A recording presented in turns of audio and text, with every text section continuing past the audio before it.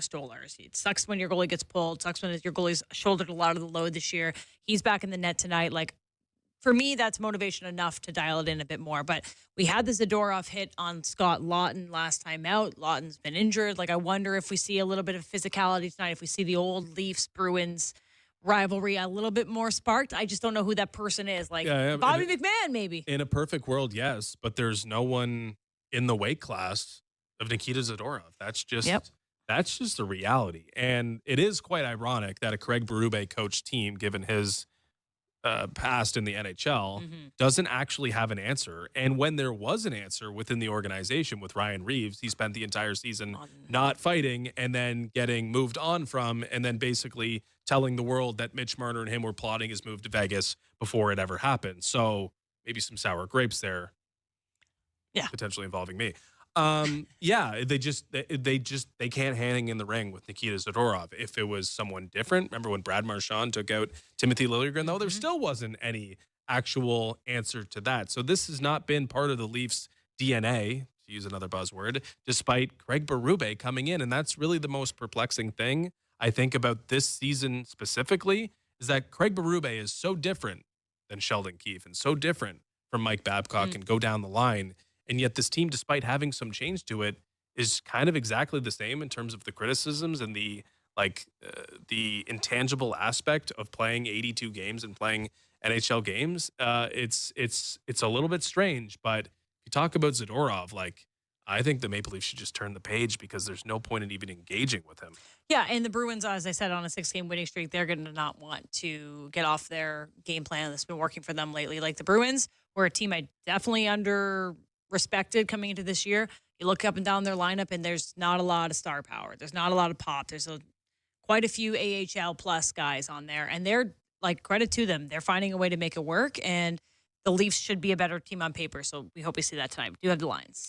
And very quickly, I'll give you the lines, but there's no change from the defensive aspect. The blue line remains the same, and there's not really anywhere else to go. And it's, I guess, a bit of a commentary on the way this team has been managed in terms of, like, putting together somewhat of a pipeline or just putting some talent in place so that you can make a move, because Simone Benoit and Philippe Myers over the weekend gave up 6 and 5 goals respectively. They pulled the puck out of their own net 6 and 5 times respectively, and Morgan Rielly did it 4 times himself at even strength. Myers had a 20% on-ice even strength shot share over the weekend. It's the time to make a change, but they don't have anywhere to go. So the blue line stays the same. Rielly and Carlo, Benoit and McCabe, Oliver Ekman-Larsson, who just, like, needs to be superhuman because a lot's on his plate with Philippe Myers. Up front, we mentioned it, Nick Robertson being elevated back up to the top line. Matthew Nyes and Austin Matthews, of course, the staples there. That leaves Bobby McMahon, John Tavares, and William Nylander.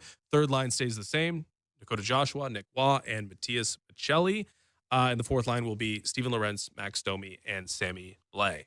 Okay.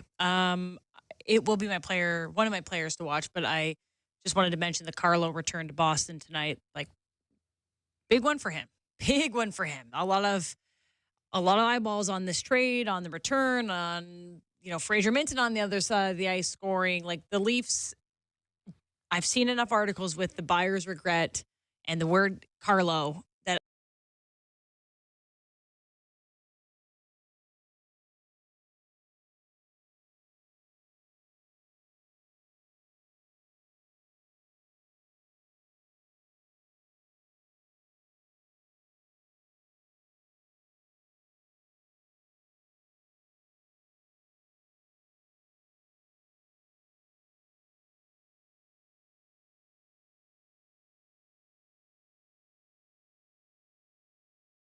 maybe he can shoot one into the back of the net. But you hope, don't want to be negative, but you don't have the adverse effect. Like, this is what it was before for Brendan Carlo. Not that there are greener pastures with the Boston Bruins right now, despite playing well. There are not many expectations this year for this team. But a lot of the guys on the Maple Leafs roster, Brendan Carlo included, just need something good to happen. And maybe something good will happen in a familiar surrounding for Brendan Carlo, and he can feel better about himself, because they really need guys on that back end to feel better about themselves. I like that. The need something good to happen power ranking. Carlo is up there tonight. Philippe Myers. Philippe Myers is definitely up there. It could be last dance for Philippe Myers if they had anywhere else to turn. Offensively, need something good to happen to them power ranking. Like we just talked about Max Domi. I'm not really sure where he's fitting and how he's feeling about his potential just continuous role on the fourth line. But, I mean, an energy game against the Bruins could be a time where he shines. You'd love it, but, like, unfortunately, I think Craig Berube has sort of set the expectation for Max Domi by putting him in the position that he's in. Like, here are the very few minutes you're going to get, and you're going to play with non-offensive players when Steven Lorentz and Sammy Blais. And, yeah, there might be a moment where you can show off that physicality. Maybe you get some second power play minutes, 40 seconds to shine, and you know, dust one off at some point. But it just feels like the opportunity is pretty nil, and then it's going to have to come from the 3 or 4 guys that we expect it to come from every single time out. I know I mentioned in the last block, but I'm having the parallel of the McDavid need to do something big for your team night. I'm putting that on Austin Matthews tonight. Gotta bring that team out of a little.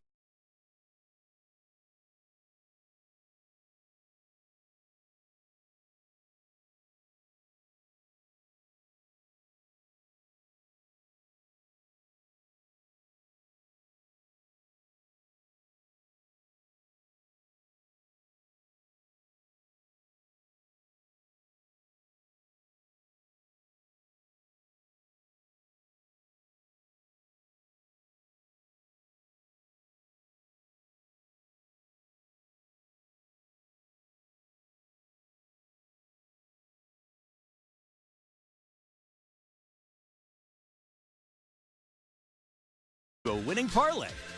Early payout. Just another reason why it's never ordinary at Bet365. An official betting partner of the NHL. Must be 19 or older. Ontario only. Please play responsibly. If you or someone you know has concerns about gambling, visit ConnexOntario.ca. TNCs apply. Okay. First question. When does Desjardins Insurance suggest you switch to winter tires? Below 7 degrees. Easy. Nice. Next, what's a smart way to save money on your home insurance? Switch to Desjardins Insurance and you could save up to $900 when you bundle home and auto. Easy. Get insurance that's really big on care. Desjardins Insurance. Here for your home, auto, life, and business needs. Certain conditions apply. Wherever Canadians raise a glass, you'll find Molson. There's a good reason for that. When you've been in Canada for over 230 years, you get around in the cups and fridges of Canadians, generation after generation. Molson has a beer for everyone. So raise a glass or cup or whatever you pour your Molson in, because it doesn't matter what it's in, it matters where it's from. Canadian, export, ultra, excel, Molson. Everyone in. Must be legal drinking age. With City TV Plus, you can stream more of the shows you love from television's biggest brands. We're going the distance on entertainment. FX, HGTV, Bravo, Food Network, Discovery, ID, and more. It's all killer, no filler. There's a whole lot more drama, more true crime, more lifestyle, more reality. Can I have the crazy pill that y'all took? There's more to stream and more to love. Oh my God, I love it. Get more entertainment with City TV Plus. Start your free trial today at citytvplus.ca. It's beginning to look a lot like Christmas, and by downloading the SiriusXM app, you can enjoy a gift bag full of holiday channels just waiting to be opened. Shake the tinsel right off the tree with Jolly Christmas. Happy holidays. Let your children take control of the sleigh radio with Kids Christmas. Or relive timeless classics with holiday traditions. There are dozens of festive channels to choose from. Just download the SiriusXM app and search Holiday now. Under review. And stop making excuses for bad goaltending. And is it bad? Is it horrendous? If you don't win because you don't make a save or two, yeah. The nature of it is the goaltender is responsible for 90% of the action. He's got to stop the puck. Why do we keep making apologies for goaltending? Stop it. Under review with Mick Kern. 11 a.m. Eastern on NHL Network Radio, SiriusXM 91, and the SiriusXM app. The Power Play with Steve Koulias. Winnipeg Jets head coach Scott Arniel. Has that number changed with the Olympics compressed schedule for Connor Hellebuck? He keeps pushing for 82 games. Certainly with this year and what's kind of going on, it is something that we seriously have to look at. And if we want to play well into June and to make that run to the Stanley Cup, I need a guy that's going to be able to be fresh for that whole stretch. The Power Play, weekdays 3 p.m. Eastern on NHL Network Radio, Sirius XM 91, and the Sirius XM app. The best player analysts and insiders live on NHL Network Radio. But the other thing that Connor McDavid has earned is he's earned a voice in what happens with the team. Where are you guys headed? What are you guys doing? I need to know, because he made it very clear in his comments, I want a chance to win and win again. That doesn't mean he gets final say. They need to listen to Connor McDavid. They need to express their views to Connor McDavid. Get the latest opinion and analysis you need on the home of hockey, NHL Network Radio, Sirius XM 91, and the Sirius XM app. Experience the pinnacle of club soccer in the UEFA Champions League on Sirius XM FC. This is the place where legends are born. Merseyside magic from Mo Salah. Dynasties are built. Real Madrid do what they do best. And history is made. It is a night to remember for Paris Saint-Germain. Hear the top Champions League matches all season long on Sirius XM FC 157 and the Sirius XM app. Join me, Gord Stellick, and Scott Laughlin as we recap the night that was on NHL Morning Skate, weekday mornings at 7 a.m. Eastern on NHL Network Radio, Sirius XM 91. The biggest names in the game. Trying to get behind Ristolainen, walks in, put it between his legs, shoots and scores! NHL play-by-play on Sirius XM. Hockey lives here. Suzuki sweeps it, there's a chance, rebound, Caulfield, shoots and scores! NHL play-by-play on Sirius XM. This is Molson Leafs Hockey. On Sportsnet 590, The Fan, and the Leafs Radio Network. There's a Molson with your name on it.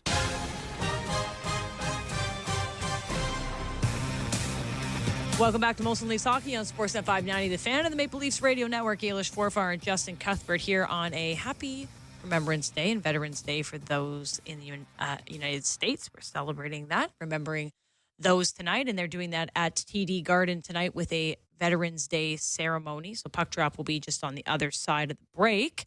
Leafs on the road to face the Bruins, as we just teed up in our pregame show. Leafs are second last in the Atlantic with 17 points. Bruins second in the Atlantic with 20 points. So there's the crushed can standings for you. There you go, but mirroring each other, at least in terms of position, in maybe reverse order than what would have been expected. A good start to the season for Boston, buoyed by the fact that they got a win over the Maple Leafs on Saturday, so a revenge spot here potentially.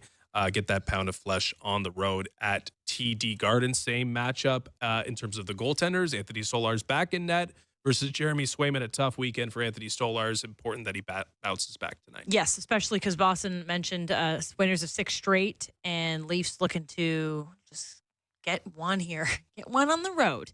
Let's get to your key to victory, brought to you by Rona. Rona knows the game we love is hard on the home, so make sure your home is ready to take on the hockey season. It's important nowadays for athletes to not think of like gambling things, because a lot of controversy, but like think low total tonight.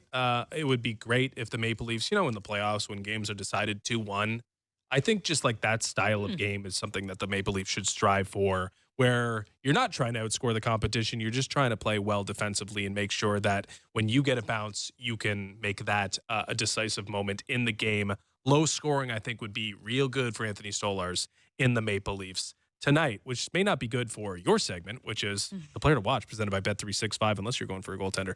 Download the app and find out why it's never ordinary at Bet365. I like the matchup of Willie versus Pasternak. I think they go head-to-head really well. They elevate against each other, and of course, they're familiar with each other. So Willie plus 110 for a goal, Pasternak plus 140 for a goal. I feel like they both want to show each other up. And I've got 3 revenge angles for you. We talked about Carlo, his first return to TD Garden. He's 18-1 to score tonight. Fraser Minton scored last game versus Leafs. He's plus 450. And Alex Steeves, Marley's legend, played his first game with the Bruins against the Leafs. So he's back. I'm probably back in the lineup. I haven't seen it officially, but if he is, it's plus 490. And I hate to rain on your parade, but the Leafs have played 11 straight overs Yeah, that's what I mean. Like it's fire wagon, it's river hockey, whatever you want to put river it. Like, hockey. They should probably strive to do something that would be considered the opposite of. You what can it's buck been. that trend. Yeah. What better place to do it than TD Garden in Boston? Yeah, there's a lot of beautiful memories there. I say demons at least. I say through tears. Yes. Well, looking forward to hearing the voices of Joe Bowen and Jim Ralph, who will have the call of the game in the first period next. You're listening to Molson Leafs Hockey on Sportsnet 590 The Fan and the Maple Leafs Radio Network. Sam Roberts is obsessed with pro wrestling, and now he's got a show to talk about it on Pro Wrestling Nation 24/7. Everything that we do here is for a reason, I swear. I'm not just meandering until I get back to the start point. Experience Sam Roberts' unique takes. There is no way you can tell me that Dominic Mysterio at this point in his career is not a Bart Simpson babyface. Get inside the storylines with Sam Roberts, Monday through Thursday, noon Eastern. Not Sam Wrestling Live. Pro Wrestling Nation 24/7, channel 156. Under review. And stop making excuses for bad goaltending. And is it bad? Is it horrendous? If you don't win because you don't make a save or two, yeah. The nature of it is the goaltender is responsible for 90% of the action. He's got to stop the puck. Why do we keep making apologies for goaltending? Stop it. Under review with Mick Kern, 11 a.m. Eastern on NHL Network Radio, Sirius XM 91, and the Sirius XM app. The Power Play with Steve Koulias. Winnipeg Jets head coach Scott Arniel. Has that number changed with the Olympics compressed schedule for Connor Hellebuck? He keeps pushing for 82 games, certainly with this year and what's kind of going on. It is something that we seriously have to look at. And if we want to play well into June and to make that run to the Stanley Cup, I need a guy that's going to be able to be fresh for that whole stretch. The Power Play, weekdays 3 p.m. Eastern on NHL Network Radio, Sirius XM 91, and the Sirius XM app. Nothing puts you closer to the action than Sirius XM NHL Network Radio. St. Louis Blues General Manager Doug Armstrong, Alex Steen, speak to where that's at, the succession plan, and he is going to be the manager after this season. You have to know when your expiration date is with the group, and first I think it was time to be honest with myself that the organization itself needed to change, and we're excited to have Alex ready to take over. Sirius XM NHL Network Radio, Sirius XM 91. We deliver the NHL. Head coach of the Carolina Hurricanes, Rod Brind'Amour. What's the mental approach to get to the dance? Every year you start at the same spot as every team, right? Like you're at the bottom of the mound. And when we get to that point, if we can, then we can knock down the final kind of stretch of highway we haven't been able to cover. So let's make the best out of every day and play our ass off every night and see what happens. Sirius XM NHL Network Radio, Sirius XM 91. Hey, Jim Rome here. What's cracking? Hi. Hope you're enjoying the game. And when you're not taking in a game, find us on Sirius Channel 161, XM Channel 206. In fact, we'll be there every weekday afternoon, 3 p.m. to 6 p.m. Eastern Time. If you've got something you want to break down from this game, you know where to find us. Just make sure you have a take and don't suck. Step your game up. That has never changed. In fact, the show has never changed. We're just back home. And it's great to be there. Sirius 161, XM 206. See you there. Experience the pinnacle of club soccer in the UEFA Champions League on Sirius XM FC. This is the place where legends are born. Merseyside magic from Mo Salah. Dynasties are built. Real Madrid do what they do best. And history is made. It is a night to remember for Paris Saint-Germain. Hear the top Champions League matches all season long on Sirius XM FC 157 and the Sirius XM app. Join me, Gord Stellick, and Scott Laughlin as we recap the night that was on NHL Morning Skate, weekday mornings at 7 a.m. Eastern on NHL Network Radio, Sirius XM 91. Leafs Radio Network. November the 11th, a time for remembrance, a time to support all of our armed forces personnel, but also November 11th, maybe the most important game the Maple Leafs have played in a while, and I'm almost counting the playoff games last year. They have not played well. They are just terrible defensively. Offensively has not been the problem. Missing Mitch Marner has not been the problem. It has been giving up goals, and they've been giving them up in bushelfuls. Well, what I've been able to do today and going through the games and the summaries and everything and try to compare it to last year, 16 games played this year, 14 times, 2 goals or more in a period against 14 of the 16 games. Last year at this time, 16 games, 10 games total, 2 goals or less in a game. So, I mean, that's been the startling part. And maybe you look at it and say, okay, they're 5th in goals for us, 3.69 goals per game. That's pretty good. But what I believe, Joe, and I don't know if you agree with this, they're doing it at the expense of their defense. Now you have to score. Now you're scoring 3 or 4 goals in a game and losing. So, you know, it's almost like you're just trying to move the rug to cover the floor, and there's still a big gap. And 31st in the league, second last in goals against. I think when you look at those two numbers, you're saying that's exactly where they should be, middle of the pack, or a 500 team in the NHL. And that's got to change, but it starts with the blue line and team defense. Well, the bodyguards of the Braided Bistros tonight are brought to you by Molson. Everyone in. Anthony Stolarz is 6-5-1 this year, but an inflated 3.35 goals against average and an 8.89 save percentage. Jeremy Swayman, 6-4-0, 3.09, 8.99 save percentage. The Bruins have not played since they beat the Maple Leafs a couple of games ago, and as they arrived in town and walked out with a 5-3 victory, including Fraser Minton's empty net goal. We're underway as the Bruins in black bring it in over the line with a shot that went wide of the net. Leafs defending the goal down to the right on your radio dial, and the Bruins to the left. Pasternak trying to center, gets it back to the point. They're looking for a pass into the corner and find Pasternak being chased by Riley, now being chased by Robertson. A long shot went wide of the Leaf goal, and the Bruins are onto it again. The Leafs managed to get it up on the wing, but not under control, and Boston with it once more, trying to keep it in there as Charlie McAvoy, who is into the lineup, and the Leafs finally get it out and do well just to get it to the Boston blue line. Well, you've talked about this before. 40 seconds, you're in your own end. Now the Leafs break it up in the center ice area. Tavares getting a pass in front of the net, and hustling towards the goal was Nylander, but it went off his skate, and he wasn't able to corral it with his stick. Bruins bring it back in with Arvidsson going around, back to the net, centering. No one home, and there's Nylander getting it out into the center ice area, but not connecting with Tavares. Up against the boards, the Leafs wait for teammates to get onside. McMahon sends it to the right wing boards, but no one there. Bruins get it out at center. Trying to work through neutral ice is Alex Steeves. He'll drop it back into the Boston zone, and now it is shot by Pavel Zacha down into Toronto territory. No score early. Glad you're along with us as it is flipped down into Boston territory. Andrew Peeke got it back in the net, but the Leafs come out with it. Here's the Leafs trying to get it in front with Michelli, but it was knocked away, and the Bruins bank it out into the center ice area. No shots on goal as yet. Long lifted shoot in goes into the near corner in the Boston zone. Peeke goes back to recover. He waits for teammates who I assume are getting changed, and now Peeke is heading to the bench as well as Jokiharju gets the puck back and controls in the Boston zone. Played up off the wall to center and down into the Toronto end. Stolarz out of the goal.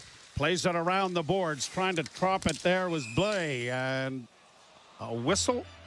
I thought I heard a whistle. Yeah, it looks like a glove pass is being called by the linesman. Thank you, Mr. Ralph. That's very kind of you. I think the other concerning part, I know we've talked about the schedule before, coaches don't love a home-heavy schedule at the start of the year. You want to get on the road, team bonding, and all those other things. Team bonding and the fact that you don't have to be the entertainer. Yeah, and I think it forces you to be more structured, right? Yes. Defense first. Yep. Here's Riley on the near boards. Plays it off a stick into Boston territory. Leafs up against the boards on the far wing, but can't come up with it. And Boston brings it back at center, and Jokiharju will send it into the Leaf zone. Puck into the far corner. Domi trying to get to it, but it comes free to Riley, and Riley will push it ahead on the left wing, and Lorenz will just get it through center ice. He could not find Blais, who was going down the right wing. Now both teams are trying to get a change in. 17 minutes left to play in period number 1. No score. Benoit Back behind the goal, far side, McCabe punches it up the boards. Blocked there. Leafs get a turnover. We'll play it up on the wing and just get it out at center ice. Zadorov to the right wing side. Broken up and a bad giveaway, and here's a pass in front. Brilliant save, rebound. Another brilliant save made by Stolarz. Puck still in the Toronto zone. Oh, my, what a couple of big saves that was from Anthony Stolarz. Well, because of another giveaway that the Leafs end up scrambling back in front of their own net. Matthews in the offensive zone couldn't come up with the puck. It comes to center. McCabe trying to send it back in, and it ends up into the Boston bench. And before we go any further, congratulations to the Bean family. Yes. Nicole and Jordan. Baby Anna. Baby Maggie has joined the group. Yeah, Baby Anna's the 2.5 years of sister. age. She's big sister. And Maggie has arrived. Margaret J. Bean has arrived on the scene. And Jordan, of course, is with the hockey team. And Mom is finding out what it's like to put a 2.5-year-old and a newborn to bed. So hopefully she is listening.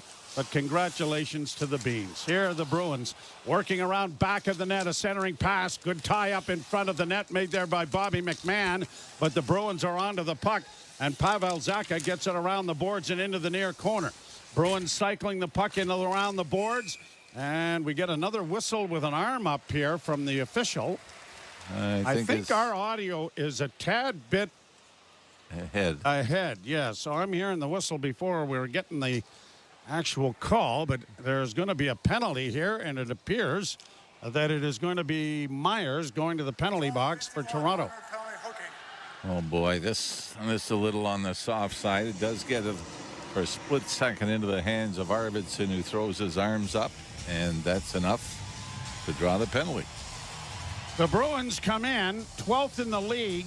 This is their 55th opportunity with the power play. They've scored 12 times. The Maple Leafs are 14th in the league penalty killing, giving up 9 of 47. And the face-off to the right of Stolarz, who has faced the only 2 shots of the game, and they were both 10 Bell saves. Pass goes around back of the Toronto goal, fed by Arvidsson up on the wing. It comes back to the point, and a shot deflects. And boy, are we ever behind on the audio here, or ahead on the audio. The Bruins have scored on a deflection in front of the net on the power play, and it is 1-0 Boston. Power play has been good for the Bruins. 5 for 17 in the 6 coming in. Pavel Zacha with the redirection. He's just positioned right between the hash marks. Pass comes from the right wing boards. It's McAvoy to Pasternak, and he just rifles it towards the slot. And Zacha with a redirection pass to Anthony Stolarz. And the Leafs back to those old ways of giving up the opening goal of the game. So Pavel Zacha ends back-to-back games that the Maple Leafs had scored the opening goal. Now, and a lazy penalty too, right? A hook chasing somebody. Zacha getting his 5th of the season. And the Leafs have it back in their own zone with a pass out into the center ice area. And Corrali sends it back in over the line. It'll be a rattle to the boards and out into the center ice area by the Maple Leafs. Bruins lead 1-0. Pavel Zacha on the power play.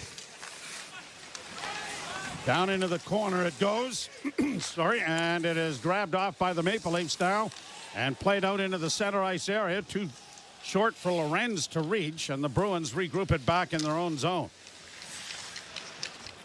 Dropping it off was Jokiharju. Pass comes ahead by Andrew Peeke, and it is going to be an icing charge against the Bruins to bring it back into Boston territory. Very disheartening for Anthony Stolarz. Jake McCabe coughs the puck up in the slot. Stolarz makes 2 great saves. Seconds later, the Leafs take the first penalty and give up a power play goal that Stolarz had no chance on. Stolarz actually pulled for the first time in the game against Boston for, other than injury, for indifferent play, if you want to go that route, on Saturday night. I'm sure he wanted to have a good start in this one. Well, he made 2 10 Bell saves before, and the Leafs have not had a shot on goal and don't have one there as a point shot was blocked, and the Leafs have to go back to their own blue line to recover the puck. They get it ahead and get it in over the line. Good forechecking hit there, but it comes out at center, and now it's going to be rifled in deep into Boston territory. Michelli up trying to force it back at the net. Nicholas Raw got there. The Leafs are able to play it back at the net for Michelli. Michelli one hands back into the slot area, but the pass was intercepted, and it's out into neutral ice. Leafs trying to get it freed up, but the Bruins will step up at center and dump it down into Toronto territory, forcing Benoit back against the boards. They punch it along the wall. Fraser Minton in there for the Bruins. Got it back at the net. Kostelic couldn't do much with it. Another penalty coming here. They're going to call that a slash? Wow. Jake McCabe is going to go. It looked like a stick-on-stick slash. And things are going from bad to worse. Hard to believe. It is 1-0 Boston, who go back to the power play when we return. You're listening to Molson Leaf Hockey on Sportsnet 590 The Fan and the Maple Leafs Radio Network. Feel that 3 a.m. euphoria any time of the day. On BPM, a channel delivering non-stop dance and electronic hits. And live sets from the world's top DJs.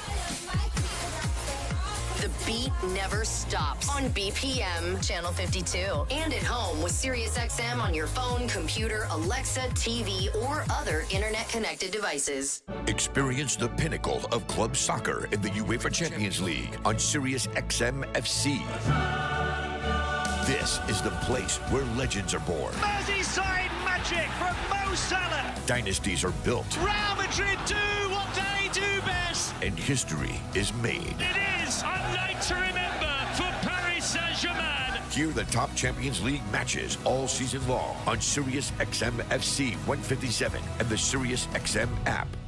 The best player analysts and insiders live on NHL Network Radio. But the other thing that Connor McDavid has earned is he's earned a voice in what happens with the team. Where are you guys headed? What are you guys doing? I need to know, because he made it very clear in his comments, I want a chance to win and win again. That doesn't mean he gets final say. They need to listen to Connor McDavid. They need to express their views to Connor McDavid. Get the latest opinion and analysis you need on the home of hockey, NHL Network Radio, SiriusXM 91, and the SiriusXM app. The biggest names in the game. Trying to get behind Ristolainen, walks in, put it between his legs, shoots and scores! NHL play-by-play on SiriusXM Network. Zdeno Chara being feted out and introduced as a Hall of Famer to the folks at the Toronto Dominion Garden in Boston, and a standing ovation for the elongated defenseman who was, boy, you think about him coming to the New York Islanders, it was like watching Bambi on skates. And then when he got to Ottawa, all of a sudden, his body caught up to his legs, and he just became a force, an absolute force. And by the way, the penalty on McCabe, the stick did break in the corner. Picked that up on the replay, so that's usually an automatic, and the Bruins early in this game onto their second power play. Leafs ice the puck, and the Bruins start out of their own zone, carrying to center and in on the right side. Pasternak gave the puck away, and it is quickly shot down the ice by the Leaf penalty killers, who I assume will be heading to the bench to get a change. And now a turnover here, and Lorenz shoots, scores! A turnover in the Boston zone, and Steven Lorenz hammers it past Swayman with the Leafs' first shot on goal, and we are tied at ones. That might have been Arvidsson, Joe, or pardon me, it was Charlie McAvoy. Swayman came out, stopped it for McAvoy, who circled back into his own zone, and Steven Lorenz, instead of peeling away, went right at him. And that little hesitation by McAvoy had to go off his stick. And Lorenz got it out into the slot, and the perfect shot, blocker side, from the middle of the ice, ties this game at 1. Kitchener native ties the game on the Leafs' first shorthanded goal of the season. Pasternak trying to center and did, and it was knocked away, and it is carried to the far point and kept in by Boston with 1:09 to go in the power play. Into the corner, it comes back to the blue line. Walking the line, McAvoy trying to get it over on the far side. It goes. They look back to the blue line. McAvoy looking for the pass. It doesn't come to him. Into the corner and a centering feed, and that was deflected just wide. Back to the point again to McAvoy. McAvoy down into the corner. Right wing side. Trying to work the boards here is Pavel Zacha. To the far side, and a whistling shot is high and wide off the stick of Pasternak, and it has gone all the way down into Boston territory. Steven Lorenz unassisted, and the game is tied 1-1. And the Bruins have outshot the Leafs 4-1 thus far in the first period. Good hit and a rub out there by Benoit. Puck up on the near boards, but not cleared. Then along the boards in the near corner, trying to dig it free. And it is pushed out at center ice, and we get a whistle for some reason. Why, is this another penalty? We look like we got a Bruin. It's Alex Steves. And I think the Leafs are going to be down 5-on-3 for 12 seconds. Third straight penalty in the first 8 minutes. Benoit's getting the penalty. This will be the third time this season that the Leafs have been 2 men short. They have not had a 5-on-3 this year. They've not been scored on under these circumstances over a period of 2 minutes and 9 seconds. How big a face-off is this? They get out of it if you win it. And it'll be Matthews taking the draw for Toronto. And the puck is dropped, and Matthews lost the face-off. Back to the point, McAvoy, near side, Pasternak winding, fakes, now pass across, and a one-timer attempt on the far side by Steves was fanned on. Now Pasternak centering, knocked away in front of the net. First penalty is over. The Leafs are back to a 5-on-4. Pasternak a shot, blocker save, cleared by the Maple Leafs on the far side, and out and down the ice it goes. Minute 33 to go in this penalty. McAvoy dropping it back. Brought on through neutral ice by Arvidsson. Victor Arvidsson dropped it off, looked for a return feed. Leafs play it around back of the net, and Myers gets it around the boards, and down the ice it'll go again. Minute 12 to go in this power play. Brought out by Hampus Lindholm. He drops the puck back, and it is played ahead on the left wing.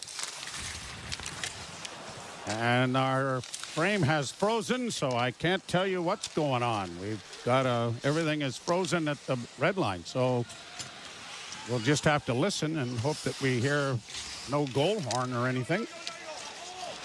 At this point, I can't tell you what's going on. Our television feed here has frozen.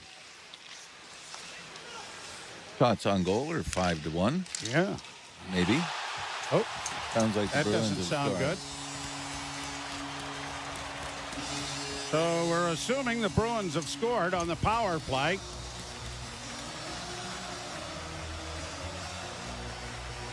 The second power, third specialty team goal of the game. 2 power play goals for the Bruins, a shorthanded marker for the Leafs. We're waiting for our feed to be restored. And now we get it, and we see the replay of the point shot that has given the Bruins a 2-0 lead on the power play. That was Lindholm, I believe, that let it go. Yep. So after scoring shorthanded, the Bruins have restored their 1-goal lead with a couple of power play markers. Played off the boards and out into the center ice area. Kostelic got it into the slot. That was kicked away. And, well, you were hoping for a low-scoring game. Not now. Not now. You got to score 3 in order to win. And once again, the Leafs are going to be giving up goals, and they get Nylander in across the line. Back to the point it goes. Riley into the corner. Centering pass looking for Bobby McMahon, but it was deflected into the near corner. 9:43 left to play as it comes back out into the center ice area, and the Leafs have to go back to their own blue line to restore. Played off onto the left wing side. Shot into the zone. Bouncing puck into the near corner in the Boston end. Lorenz couldn't get there. Turnover for Domi, though. With Lorenz, couldn't get him the puck. It goes into the far corner. Lorenz effort to get it back to the point, but they couldn't get it in deep, and the Bruins will carry to center and send a long shoot into the side of the net. It comes in front. Knocked away there, but not cleared, and then carried to center ice. And Lorenz will get it in on the right side, and Blais will go into the corner after it, but can't come up with the puck. Bruins start back out at center. They lead 2-1 on a couple of power play goals scored against the Maple Leafs here in this period. 3 straight power plays for Boston. And if you're like Mr. Ralph, there are 3 marbles in one pocket in the officials' equipment. We'll see if it evens up. Shot down into the Toronto zone. And the last 2, I mean, were legit. The first one was a 50-50, but here the Bruins tripping. That was that Pasternak got tripped, and Oliver Ekman-Larsson didn't get called on it. Is that one of the alleys that goes into the other pocket? Might be. Pass on the left wing, brought on now by Nyes. Nyes one-on-one, tried to work in, lost the handle on the puck. It slid into the goaltender and is covered up to stop play. We'll step aside. The Leafs trail the Boston Bruins by a score of 2-1. You're listening to Molson Leaf Hockey on Sportsnet 590, The Fan, and the Maple Leafs Radio Network. Hockey. It's taken over our basements, our driveways, and our backyards. And at Rona, we wouldn't change a thing. That's why we make sure your home can take any hits hockey throws its way. So hockey can keep taking over your laundry rooms, your living rooms, your garages, your kitchens. Make sure your home is ready for hockey season with Rona. Build it right, build it Rona. Okay, category is ways Desjardins Insurance goes the extra mile to make insurance easy. First question, what are some of the things you can easily do online or in the app? Oh, view your policy. Add a new driver. Oh, update your address when you move. Easy. You guys are good. Get insurance that's really big on care. Desjardins Insurance. Here for your home, auto, life, and business needs. Certain conditions apply. Wherever Canadians raise a glass, you'll find Molson. There's a good reason for that. When you've been in Canada for over 230 years, you get around in the cups and fridges of Canadians, generation after generation. Molson has a beer for everyone. So raise a glass or cup or whatever you pour your Molson in, because it doesn't matter what it's in. It matters where it's from. Canadian, export, ultra, excel, Molson.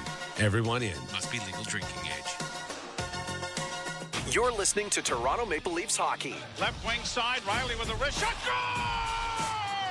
On Sportsnet 590, The Fan, and the Leafs Radio Network. Brandon Carlo making his first game back in Boston after the trade at the last season, and he has been feted out here by the Bruins and saluted by the fans as he comes back to the Toronto bench after doing a little tour on the ice. 8.5 seasons with the Boston Bruins. Yep. By the way, the funny thing is Marco Sturm, you know, you talked about the Zdeno Chara in the Hockey Hall of Fame. Joe Thornton, former Bruin, goes into the Hockey Hall of Fame. He was traded from Boston to San Jose. Yes. In part for Marco Sturm, who's the head coach now of the Bruins. Isn't that something? Can't see Jolton Joe coaching. No, I don't know. I think it would be a lot of fun to play for him. Yeah, I think you're right. It would be, but it would be it'd be an interesting, interesting thing. But yeah, I think Jumbo would. We got some difficulties at the Toronto Dominion Garden with some of the glass, so we're going to have a bit of a delay here. But it was a nice day yesterday watching Darryl Ray of the Dallas Stars be inducted. Ah, yeah. Talked about how very early in his broadcasting career got to go into the booth in Detroit with you, the TV booth with you and Harry Neal. Yep. And his love for Danny Gallivan, like we all had growing up. Longtime voice on Hockey Night in Canada and the Montreal Canadiens. Sometimes if I'm even with my son, I've done this. I said, you've got to listen to this. And you look it up on YouTube. Danny Gallivan, the Montreal Canadiens Red Army game, which was New Year's Eve, 1975. And just watch the first 2 minutes and listen to that great voice. Danny along with Dick Irvin. One of our favorites. And the thing about Danny Gallivan was tremendous memory. And I met him for 5 minutes at a function in Halifax a number of years prior to getting the Leaf job in 1982, and he remembered every bit of it. That's remarkable. Brought to center ice by the Bruins. Arvidsson in with a long shot, steered wide of the net by Stolarz. Another shot, Stolarz down, and he's covered up on that. And hustling in after the fact was Lindholm, but to no avail. And the Bruins with a 2-1 lead. And the Leafs are doing really well as far as shot percentage, scoring percentage. They've had 1 shot and 1 goal. The issue is that the Bruins have had 8 and scored twice. Referee and Stolarz having a bit of a giggle about something. 7:43 to play, first period, 2-1 Boston. Draw one by the Bruins as it comes back to the blue line. A long shot in traffic, deflected just wide, and now off a broken stick, the Bruins are able to gain possession again. Roy getting it back at the net for Toronto, though. Benoit quickly up ahead, and a rink-wide pass comes back into the Leaf zone, and instead of going north, they're going south. And the puck along the boards now finally pushed out into neutral ice, and Michelli will lift it down into the zone. Unable to get there on the forecheck is Joshua, though, and the Bruins are starting back at center. A pass up on the left wing will be played deep into the Toronto end. Comes to the side of the Leaf goal, punched around on the boards. Michelli with skating room, carries out into neutral ice to the red line, launches it high into the zone. Roy will go in, but won't get there before Zadorov got the puck around the boards, and the Bruins get an easy exit and send it down into the Toronto end. Played back out at center ice. Leafs get it down into Boston territory, but it's time for a change. Nyes into the forecheck with a bit of a late hit there. The puck comes around the boards and out and down the ice. A race for the puck will deny icing. Myers was on the ice for a bit and was beaten to the puck there as the play comes on. A wrist shot by Pasternak was blocked. It'll come to center ice, and the Bruins have it once more under control at their own blue line.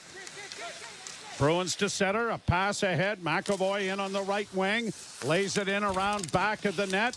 Steve's trying to get there to get it free. Andrew Peak up against the boards. They battle for it. Geekie got it back to the point. Kept alive on the left wing side.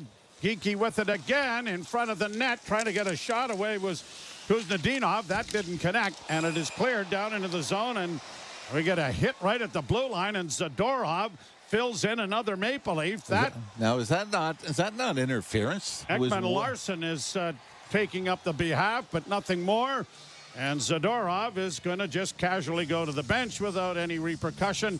And I don't know if there's a penalty, but it certainly doesn't look like it. 2-1 Boston. And you're listening to Molson Leaf Hockey on Sportsnet 590 The Fan and the Maple Leafs Radio Network. Your home for the biggest stories in the league is Sirius XM NFL Radio. This is Bob Papa from Airing It Out. Week 11 is here with some massive matchups, including Seahawks-Rams, Chiefs-Broncos, and Lions-Eagles. A.J. Brown, another touchdown! The playoff picture is starting to take shape, and we're talking about it with you. Mike McDonald, I tell you, he's done an outstanding job with the Seahawks. Sirius XM NFL Radio Channel 88 and the Sirius XM app. Experience the pinnacle of club soccer in the UEFA Champions League on Sirius XM FC. This is the place where legends are born. Merseyside magic from Mo Salah. Dynasties are built. Real Madrid do what they do best. And history is made. It is a night to remember for Paris Saint-Germain. Hear the top Champions League matches all season long on Sirius XM FC 157 and the Sirius XM app. The best player analysts and insiders live on NHL Network Radio. But the other thing that Connor McDavid has earned is he's earned a voice in what happens with the team. Where are you guys headed? What are you guys doing? I need to know, because he made it very clear in his comments, I want a chance to win and win again. That doesn't mean he gets final say. They need to listen to Connor McDavid. They need to express their views to Connor McDavid. Get the latest opinion and analysis you need on the home of hockey, NHL Network Radio, Sirius XM 91, and the Sirius XM app. The biggest names in the game. Trying to get behind Ristolainen, walks in, put it between his legs, shoots it, score! NHL play-by-play on Sirius XM Network. First period presented by Bet365. Download the app and find out why it's never ordinary at Bet365. Bruins lead at 2-1. Shots on goal favoring the Boston Bruins 8-1. Leafs have not really had the puck in the Boston zone set up. There's McMahon pushing it to the side of the goal and went through the goal crease. I don't know if they'll give him a shot on goal on that. But the Bruins get it out at center ice. And Arvidsson had it turn over, and the Leafs get it back in over the line with Nylander. Nylander, a little move, couple of twists and turns, got it through the far side, played in around back of the net then for Tavares, saucered off to Nylander again, back to the point. One-timer from Riley was blocked. Good block there by Alex Steeves. Riley with it again, centering. No shot on goal, bouncing puck towards the goal line. Down is Swayman, and he's able to cover up on it as the Leafs get their first real offensive flurry at the net. And it comes at almost the 15-minute mark of the first period. Long time, didn't it? Just try to get pucks through, funnel it to the net. They've only updated the shots on goal to 8-2. Boy, I don't know how Zadorov doesn't get an interference call for crumpling Nick Roberts earlier. Yeah, Robertson didn't have the puck. No. And he just got drilled into the boards. Wrist shot goes wide of the Boston goal. Played into the center into the center of the rink and fired then by Benoit, but that was deflected wide of the Boston net. They've given the Leafs a couple of shots on goal here. It's 8-3 in that department now. But the Bruins battle for the puck in their own zone. They lose it along the boards. Lorenz center, but no one there. It was a blind pass. Now Lorenz trying to keep it in with Blais and his assistants, but that doesn't work as it comes to center ice, and Benoit will get it ahead, and now Domi turns and now launches it high from center deep into Boston territory. Bruins after it, the puck up against the far boards. Nyes trying to dig it out of a maze of skates. Robertson doing likewise, but as it comes free, it's the Bruins who come away with it, and out at center ice, it'll be played into Toronto territory. Both teams trying to get changes going here. Matthews over the boards for the Maple Leafs. Riley banks it ahead off Nyes into Boston territory. Puck along the far boards with 4 minutes to play in the period. Bruins are able to push it out at center. Got it in on the right side. McAvoy in on the circle, and a shot hit the side of the goal. Round back of the net. McAvoy unable to get to it. And the Leafs are going to get it out with Matthews trying to work it through center off a skate. Robertson working on the line with Matthews and Nyes at this point. And a long lead pass by the Bruins has gone astray, but there'll be no icing, and Stolarz, reading that correctly, plays to his defenseman on the far side, but the Leafs don't get it out initially. And then McCabe had his stick slashed and broken.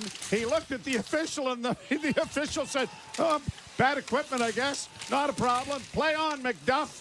Wow. And McCabe took a penalty for the exact same thing. Eric Ferlot and Justin Kia, the referees. Nice job, boys. We are always critical of the even-up calls. Yeah. Now the Bruins work back at center. Andrew Peeke in on the right side. Peeke trying to drive, had it knocked away on a good play by McCabe, using a new piece of equipment. But another turnover here, and a shot by Steeves is blocked. He tries to get the rebound and send it wide of the goal. Brandon Carlo plays it up the boards, but the Bruins are there. Boston again trying to forecheck and doing a nice job. Alex Steeves working in with a shot, and as you can hear, he scores. Former Leaf farmhand scores against his old team, and it is 3-1 as the product of the Fighting Irish of Notre Dame puts one right between the legs of goaltender Anthony Stolarz. This is a bad one. I mean, more giveaways in their own zone. There's no call on the slash to the stick to McCabe. And there's Fraser Minton Saturday night, the former Leaf. Now it's Alex Steeves. This is just... Stolarz is late to react. He's staying back on his goal line. Now Steeves circles at the top of the circle to the right of Stolarz and has a free lane down the left wing side and snaps this along the ice, middle of the net, 3-1 Bruins. So Alshua chasing after it, but won't catch up to it, and Mason Lohrei will get it up on the wing, but Riley intercepts.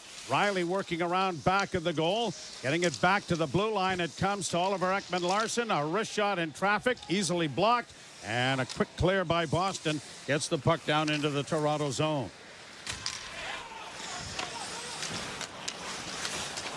Couple of players with their first goals of the season as a rolling puck goes into the goal crease and is covered up by Jeremy Swayman. Faceoff will be in the Boston zone. Pasternak complaining about something. Now, to Steeves. Oh, no. Boston number 88 has a minor penalty for tripping. Boy, I'd be upset too. The Leafs are on the power play, and Steeves doesn't score. Yeah. Right? Yeah. They're on the power play when he's... And you know what? This is, from what we've seen in the replay, this is a bad call. I don't think Pasternak touches the Leaf that goes down. So he does. I think they've showed the replay up on the scoreboard, and you're going to hear from the crowd that. So the Leafs get, maybe you do get a marble back in the other pocket for penalties. Playing around the boards, and it goes into the crowd, but off a stick, says the official, so there is no additional penalty. Steeves from Lindholm is the scoring play that makes it 3-1. And Lindholm getting his first of the season from Lohrei and Yzerman that made it 2-1. But Jake McCabe gets his stick broken in half with a slash. No penalty. The Leafs would have been on the power play at the time that Steve scored. And again, it's that wonderful Christmas song of Mr. Wilbur W. Waters. If ifs and buts were candies and nuts, they'd all have a Merry Christmas. Here's Matthews across the line, left wing side for Nyes. Around the boards, it'll go to the far wing. Tavares engaged over there by a couple of Bruins. The puck is dug free. The Leafs have it to the near side for Nylander. Nylander back towards the blue line, looking for an outlet. Got it in front of the net. Tavares couldn't come up with it. Bruins get it rifled around the boards, and down the ice it's going to go. McAvoy clearing it out of the net. Stolarz to play it ahead. Nylander trying to catch the Bruins. Gets Nyes in over the line. A scrum along the boards near the blue line. And Ekman-Larsson can't keep it in. And it's out into the center ice area. 52 seconds left to go in the power play. And the Bruins leading 3-1 as the Leafs second unit now led by Michelli across the line for Robertson. He gave the puck away, shot down the ice by the Bruin penalty killers. Boston 6 straight wins, including a win over Toronto the other night, and a pass in front of the goal is knocked away by goaltender. Is that the end of the period? Oh, it is. Oh, okay. Well, here, how about this for a stat? Taking the third period against Carolina and the first period tonight. Well, they've updated it on our screen here as the 9-4. But the Leafs have been outshot now in the last two periods by a count of, 6 for the Leafs, 31 against. 31-6 in the last two periods. And down 3-1, another 2-goal deficit here. Eilish Forfar and Justin Cuthbert standing by for our first period intermission. You're listening to Molson Leaf Hockey on Sportsnet 590 The Fan and the Maple Leafs Radio Network. You're in this to win a championship. Championships are won later in the season. The push for the fantasy football playoffs is on. But you can't win the league if you don't make the playoffs. You could sneak in and be the last seed and win the darn league. You just got to get hot at the right time. The experts of Sirius XM Fantasy Sports Radio are here to lead you to fantasy football glory. There are certain times in the season where you got to make a splash. You got to make a move. Fantasy Sports Radio, Channel 87 in the car, and on the Sirius XM app, where fantasy football championships are won. Under review. And stop making excuses for bad goaltending. And is it bad? Is it horrendous? If you don't win because you don't make a save or two, yeah. The nature of it is the goaltender is responsible for 90% of the action. He's got to stop the puck. Why do we keep making apologies for goaltending? Stop it. Under review with Mick Kern, 11 a.m. Eastern on NHL Network Radio, Sirius XM 91, and the Sirius XM app. The Power Play with Steve Koulias. Winnipeg Jets head coach Scott Arniel. Has that number changed with the Olympics compressed schedule for Connor Hellebuck? He keeps pushing for 82 games, certainly with this year and what's kind of going on. It is something that we seriously have to look at, and if we want to play well into June and to make that run to the Stanley Cup, I need a guy that's going to be able to be fresh for that whole stretch.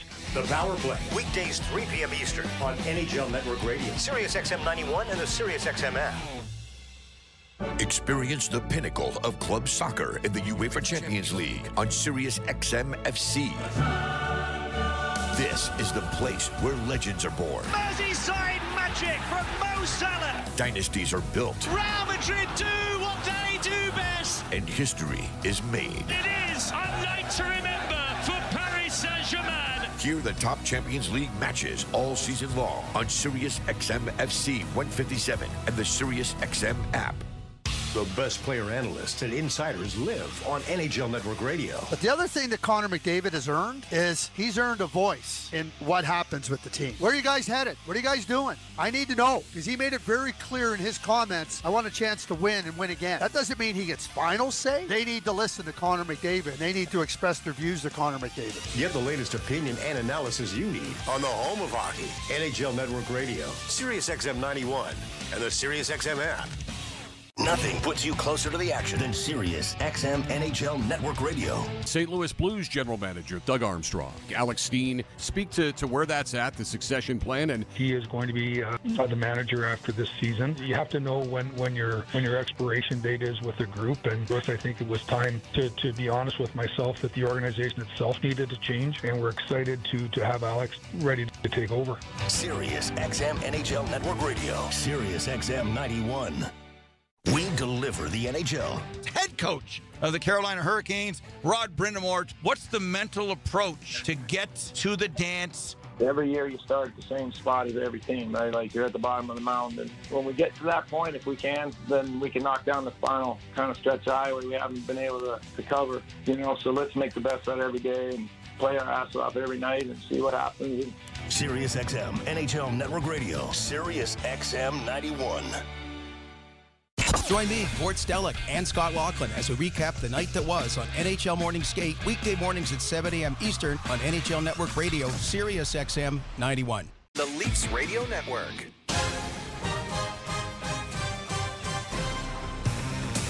Welcome back to Mostly Hockey on Sportsnet 590, the fan of the Maple Leafs Radio Network. I think that might have been as bad as it gets. 3-1 lead for the Boston Bruins after 20 minutes. The Leafs have now been outshot 31-4 in their last two periods of play. There were multiple penalties, which led to multiple goals for the Boston Bruins. And, of course, Alex Steeves, former Marley forever, gets his first goal as a Bruin against the Maple Leafs. I truly think that was a series of unfortunate events. That series, that book, movies and stuff. That was like that in the 20-minute period. The Leafs scored a goal. Lorentz scored a goal. The game went 14 minutes and 50 seconds of play until Swayman actually made a physical save on a shot. Yeah, not good. Not good at all. It seems like if we were going to be like, yeah, it's going to go really poorly, pretty much everything that happened is what we were going to see. Yeah. Like, I guess we can start with the Steve's goal, but I just want to note a blue line that is under the microscope, playing very, very poorly, combines to take 3 penalties within 8 minutes. Myers, Hook, McCabe / Simone Benoit, high sticking 2 power play goals by the Boston Bruins within the first 9 minutes of the game. It's awful. Like it is asking for trouble when you put another team on the power play as routinely as they did. But like, it's not a Nick Robertson slash or just like a bad play from a random forward. Brutal. It's the guys who have been charged and who have been feeling all the heat, getting all the heat recently, just voluntarily giving the Boston Bruins the opportunity to take an early lead and basically sit on it for the rest of the game if they so choose. Yeah, It's just, right. it's awful. And the Steves goal, like, this is a guy, Alex Steves, who was quad A with the Maple Leafs and probably will be quad A for the majority of his career. And he just walked around in the offensive zone, stepped around Tavares, circled back, and had the opportunity to shoot from a fairly dangerous position. Should never have beaten Anthony Stolarz, but there's absolutely no resistance on Alex Steves, who, again, if it was put in a lab or built in a lab this period to haunt Leaf fans, like Steve scoring that goal, his first of the season, is the cherry on top of that Sunday. Yeah, you're right. Like the penalties alone are not great to have, but the penalties going to who got the penalties is like the other layer of disappointment. If you're a Leafs fan watching this, it's so uninspired. They look like they have no fight, no push to go almost more than 3/4 of the period without an actual offensive opportunity where the goalie has to make a save. Swayman made a save at 14:50.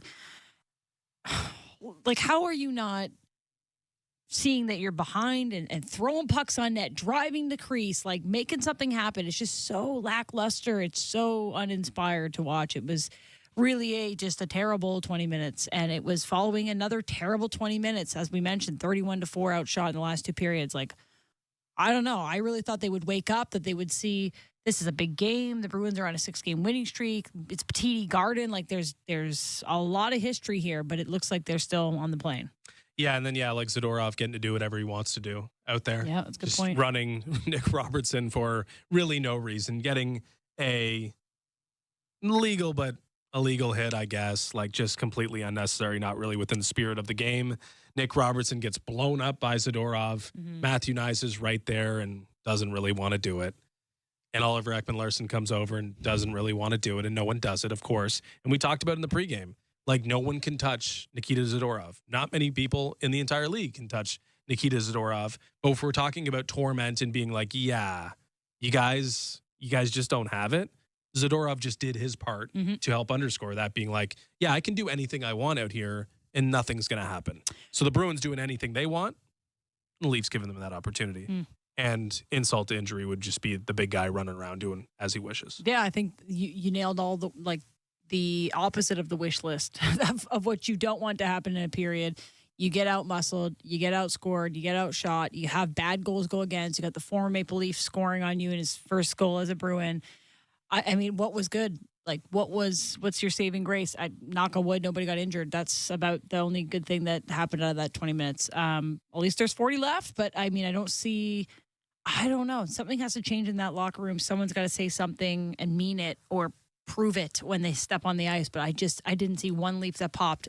You know what? Actually, sorry. Shout out to Steven Lorentz, who takes the puck off of Charlie McAvoy and puts it in the net on a penalty kill. Like, that's a guy that he's got the passion. He forces the turnover, puts it in, and that was the first shot on goal until like 5 minutes left in the period. Yeah, I mentioned in the key to victory, like, how about playing a low-scoring game? We saw when the Boston Bruins and Maple Leafs last met in a playoff series, like, every game was, okay, Jeremy Swayman or whatever goaltender the Maple Leafs went with that night, because they toggled back and forth. Joseph Woll, I think, got it last. But, yeah, it's going to be 2-1. So a mistake is going to loom large. And the best defenseman for the Boston Bruins, who maybe hasn't been playing like the best defenseman, but the best defenseman gives it to a fourth liner who has one of his better shots as a member of the Maple Leafs go into the back of the net. Like, that's a mistake with a look, elite player on the other side to a fringe player with the Maple Leafs, resulting in a major moment. And yet, because this is going to be as high scoring as it gets, as long as the Bruins allow some, it's not going to matter because the Bruins have 3 goals already.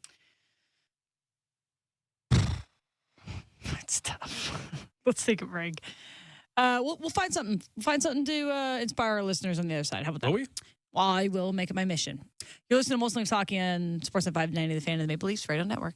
With most Subaru models, all-wheel drive comes standard. Heated front seats, high ground clearance, Apple CarPlay, standard. EyeSight driver assist to help when you're distracted by fall foliage, standard. Guy announcing the radio ad now wanting a Subaru?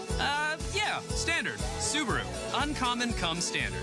Hurry into your local Subaru dealership today for lease rates from 1.99% for 24 months on select models and get great value that, you guessed it, comes standard. Conditions apply. See dealer for details. Hey, seriously, can I get one?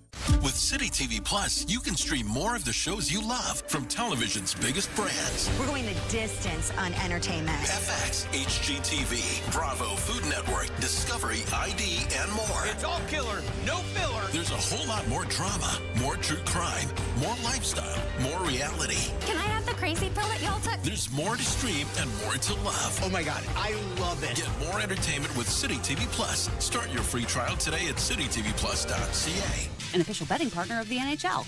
Must be 19 or older, Ontario only. Please play responsibly.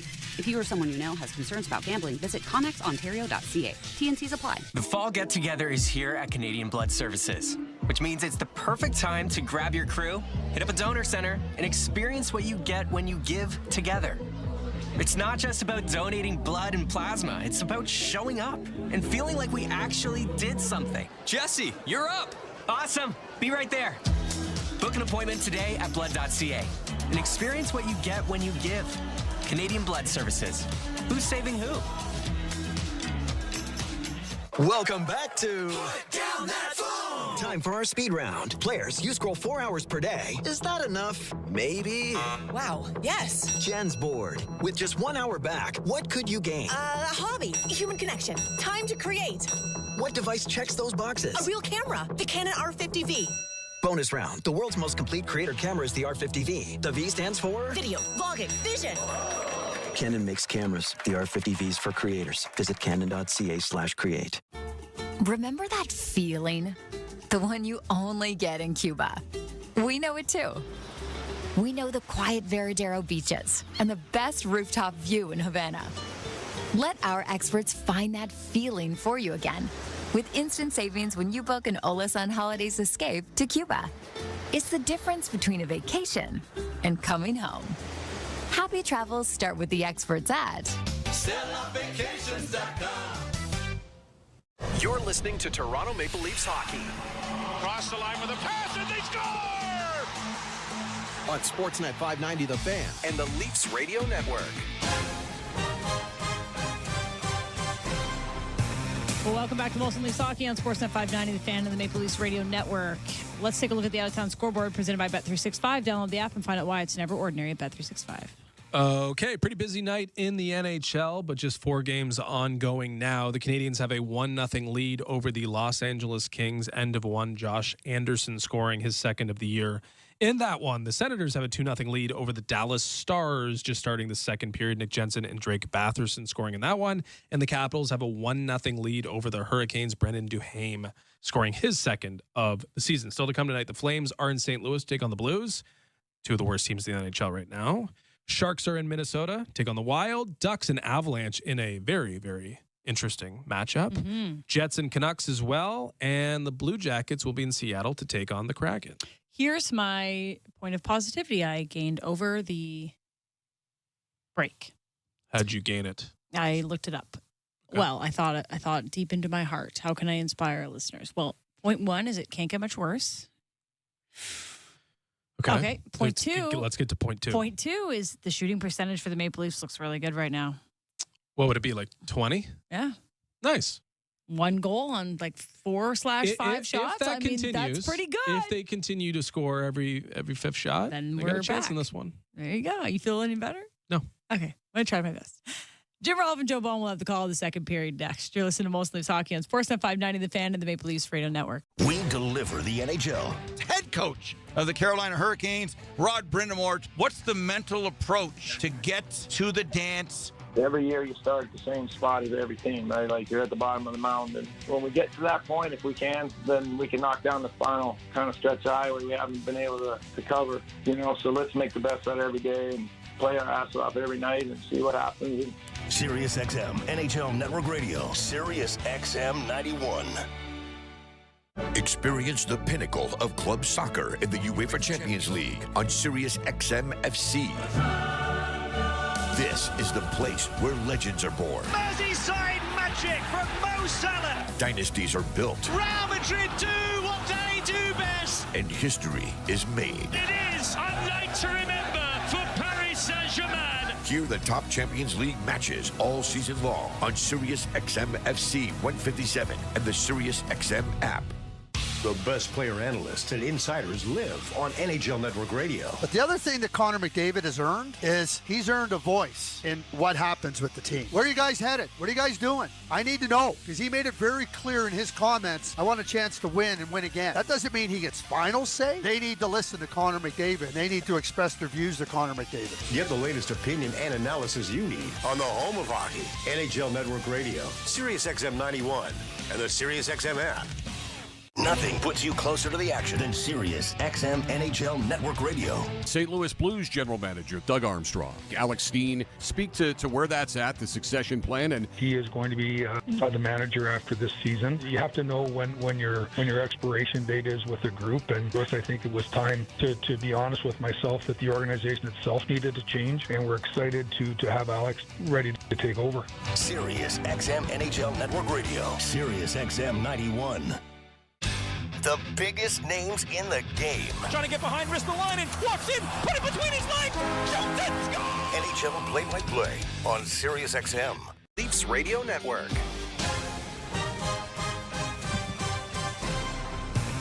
Maple Leafs trail 3-1 and have made a goaltending change as Dennis Hildeby will come into the game. He's 0-1-0. He is 0-0 against the Bruins, but the second time that he has been summoned to replace Anthony Stolarz. And I do believe it's the only two times. It's been Saturday now and again tonight here in Boston where Stolarz has been pulled because of his play. Of course, we've seen him leave games with injuries. But the Leafs, hey, we keep... things keep getting better. They've adjusted the shots now to 10-6 in favor of the Bruins. So the Leafs have been outshot 32-8 and outscored 5-1 in the last two periods. Leafs will defend the goal to our left and the Bruins to the right. Puck is dropped and we're underway. Tavares playing it back into the Toronto zone. The power play is still in effect for the Maple Leafs. 19 seconds left. As it's played up on the left wing and in on the line and rung around the boards to find Tavares. Tavares couldn't come up with it, and the Bruins get it out, and they'll play it to center ice and have a bit of a 2-on-1 break. And a shot. Hildeby the save. The rebound was knocked just wide on the far side of Arvidsson. Out comes Nylander. He's going to flip in, and the Leafs are escaping to the bench. Penalty is over, and the Bruins have it back at their own goal. McAvoy waiting for their change to complete. Gets it up at center and a pass it over the line and a breakaway in on goal. Scores! David Pastrnak on a quick breakout and a breakaway from the Leaf blue line in. It is 4-1 Boston. And it's going to be a big goal for Pastrnak, Joe. The Bruins have emptied the bench. 400th career goal for David Pastrnak.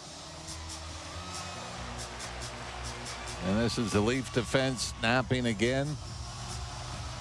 I believe it was Morgan Riley and Jake McCabe, Joe, that were on the ice. Or was it Brendan Carlo? But this is a long pass, and it's tipped to Pastrnak. Might have been close to being offside.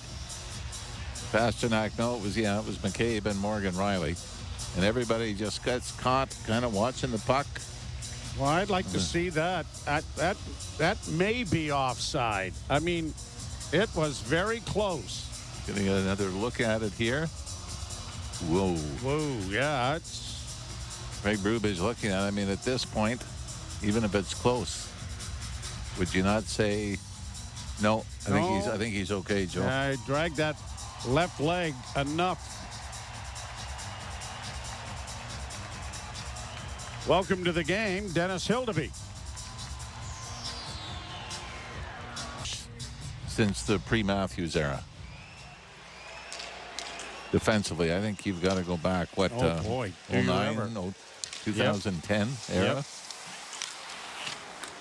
4-1 Bruins, and being outshot 12-6 are the Maple Leafs at this point. And the Bruins will get it down into the Toronto zone, into the far corner, and Jake McCabe is there. But all of the, I mean, when you saw this team at the beginning of the season, and you like the changes in that they were going to be bigger. You hoped better defensively. Obviously, that hasn't happened. And, I mean, everybody focused on the Mitch Marner thing, but that is not where the focus is. The focus is at the other end of the rink. They've scored more than enough. They have not defended nearly well enough to be considered to be a playoff contending team. And now we get some shoving with Roy at the Toronto bench, but nothing more is going to materialize here. Andrew Peak taking up the behalf of the Bruins.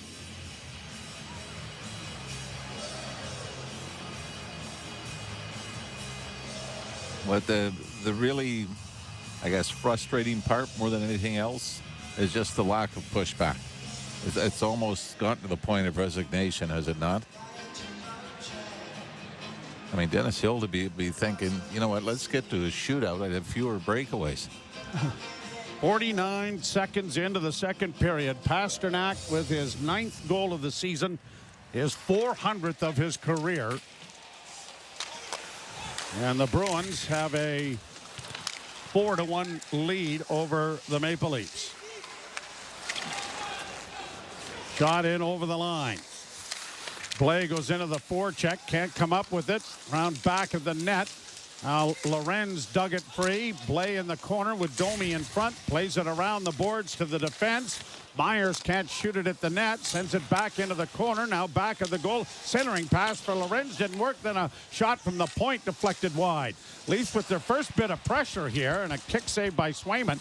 Kicked the puck right out into the center ice area. Bruins bring it back in on the left wing. Mason Lohrei takes a long shot that is knocked into the corner by Hildeby.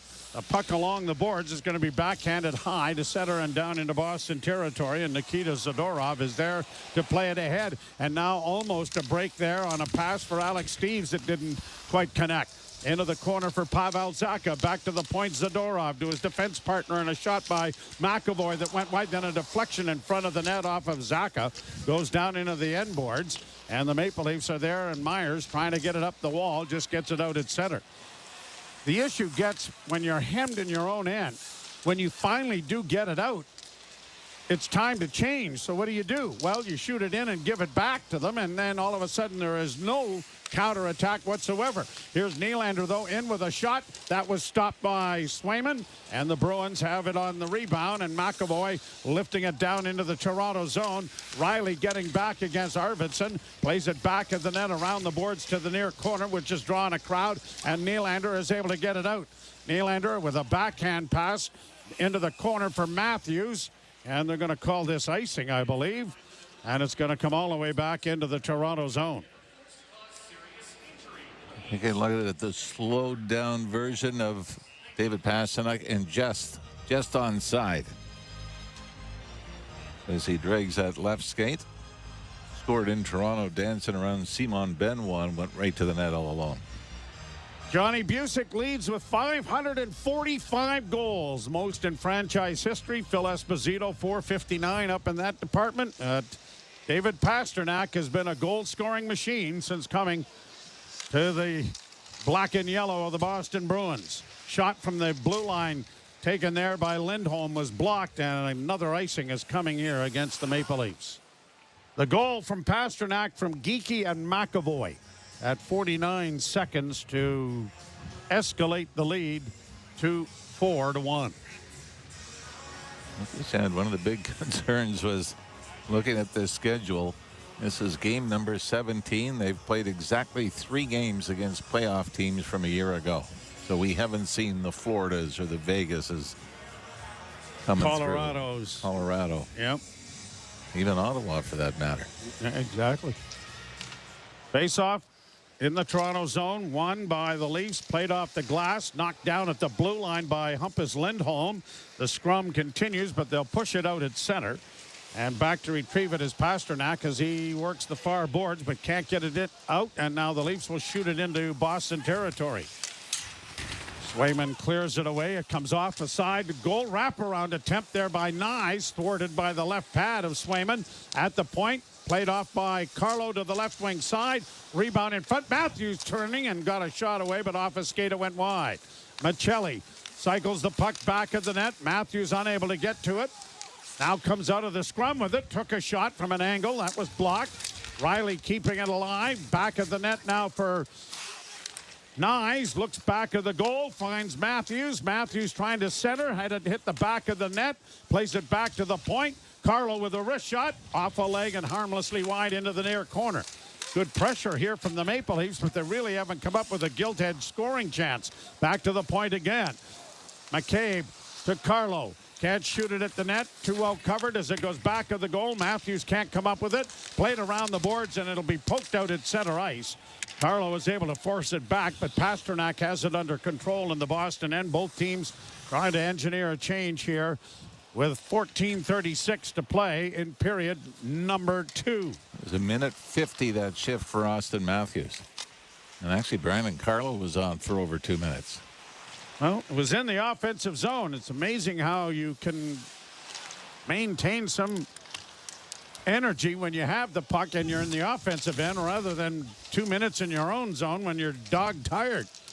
Of course, the danger is a turnover. Yes, exactly. Are you getting back or going to the bench? You had to think the Bruins were on for that long. Now here's a chance for the Leafs in front of the net and a shot. And it was whistled wide of the net by Lorenz. The puck is kept in at the blue line and then poked out at center ice by Boston.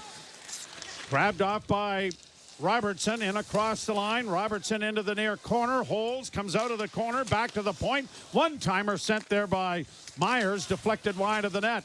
Roy back of the goal. Centers in front. That was knocked on goal by Robertson, but stopped by Swayman on the short side. Kept in at the blue line by the Maple Leafs, Joshua. And the Bruins are going to just relieve the pressure by knocking it out and down into the Toronto zone. Myers playing it up the boards at center and brought in over the line. Breakaway chance. Raw! And he shot it wide. It may have been deflected off the pad of Swayman, but a great feed by Robertson to send Nick Waugh in on alone. Bruins come back the other way. Long shot, blockered into the corner by Hildeby. Best stretch the Leafs have had in this hockey game has been right here. Played up ahead, and Robertson circles back in his own zone. Robertson looking up ice, running out of real estate, drops it back. The Leafs will go D to D for Brandon Carlo, who can't handle the pass. Bruins have it back in their own zone. Leafs have changed. Pass up into the slot and across the line. Vial got it down into the corner. Tavares blocked that. McMahon hustles to the far boards but can't come away with it cleanly. And Riley trying to punch it out. Has it bounced to center, and the Bruins will backpedal to their own blue line and get control of the puck to an open wing. And Hampus Lindholm fires it deep into the Toronto zone. Bouncing puck into the corner. Steve's trying to come out of the corner with it. Back checking there was Nylander to deny that, but the Bruins have it again. Steve's coming out of the corner to get it back to the point. Bouncing shot in front. Knocked into the corner and played into the wall by Brandon Carlo, but the Bruins have it once more. Bruins have a bad pass, though, go off a stick. Nylander gets to center. He's going to send a long shoot in on Swayman, and an easy save there to play to Mason Lohrei, and the Bruins defense ringing it around the boards, only to have it blocked. Grabbed off by Matthews. Sent around back of the net. Nyes chases into the near corner after it. Played off a stick to center, and the Bruins have it there, and they'll get to the red line Or at least I thought. Yeah, I guess they did. The linesman says they did get to the red line. Didn't matter. Went on goal anyway, so there wasn't going to be any icing. Hit from behind by Zadorov. Boy, he's just getting carte blanche, isn't he? Yes, he is. Matthews takes a run at him and gets it around back of the net.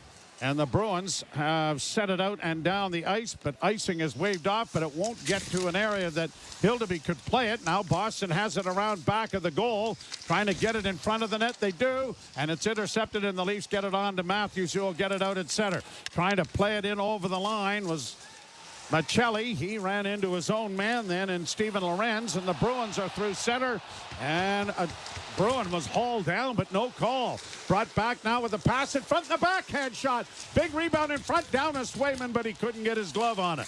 Leafs along the boards. That was a bit of a gift, I would suggest. That looked like a penalty against Toronto as Domi gets it to the point. Now a shot deflects, and the mask of Swayman has come off. Not sure when that happened, but the point shot whistled up into the, I don't know if it hit his mask or not. Maybe we'll get a replay on that. But David Pastrnak has scored his 400th career goal, and the Bruins have a comfortable 4-1 lead. You're listening to Molson Leaf Hockey on Sportsnet 590 The Fan and the Maple Leafs Radio Network. With a Subaru, a vehicle that's built to last comes standard. Heated front seats? Standard. High ground clearance? Standard. Eyesight driver assist to help spot the scooter delivery guy texting, merging, and eating all at once? Standard. Parallel parking perfectly while someone watches? Uncommon. But in a Subaru? Standard-ish. Subaru. Uncommon comes standard. Hurry into your local Subaru dealership today for lease rates from 1.99% for 24 months on select models. And get great value that, you guessed it, comes standard. Conditions apply. See dealer for details. Wherever Canadians raise a glass, you'll find Molson. There's a good reason for that. When you've been in Canada for over 230 years, you get around. In the cups and fridges of Canadians, generation after generation, Molson has a beer for everyone. So raise a glass or cup or whatever you pour your Molson in, because it doesn't matter what it's in, it matters where it's from. Canadian, export, ultra, excel, Molson. Everyone in. Must be legal drinking age. With City TV Plus, you can stream more of the shows you love from television's biggest brands. We're going the distance on entertainment. FX, HGTV, Bravo, Food Network, Discovery, ID, and more. It's all killer, no filler. There's a whole lot more drama, more true crime, more lifestyle, more reality. Can I have the crazy pill that y'all took? There's more to stream and more to love. Oh my God, I love it. Get more entertainment with City TV Plus. Start your free trial today at citytvplus.ca. You're listening to Toronto Maple Leafs hockey. Centering scores! Max Domi! My goodness! On Sportsnet 590 The Fan and the Leafs Radio Network. On that exchange, Jeremy Swayman had his mask knocked off by Steven Lorenz, who was adjusting to get in front of the net to try to deflect the puck, and his elbow knocked the mask off, but the puck whizzed by. I think it still might have hit the mask. His unprotected mask, right? Or unprotected face. At the blue line, Leafs keep it in with a point shot that Swayman has fought off and then swallowed up. And a face-off coming in the Boston zone. Maple Leafs now with 16 shots and are out shooting. By the way, that hit that Zadorov got away with on Matthews, numbers into the boards. Matthews has left the game and gone to the Leaf dressing room. Puck deflects wide of the Boston goal. Centering pass. Tavares couldn't get. And it is brought to center ice. And Steves gets it in over the line. Steves into the corner. Twisting and turning to get away from Morgan Riley. Around back of the net. Nothing going there. And Domi trying to get to the loose puck on the far side. Takes Steves up against the wall. And Nylander, unable to poke it out the first time, does the second. Tavares will go after it. Lindholm going back after the puck. Played up on the left wing. Zaka got it ahead for Lori into the right wing corner. He sends it across the goal crease. No one there. And it is flipped off the glass and up into the, or is it a penalty? The official was signaling, the linesman was, and is it? I don't know what we got.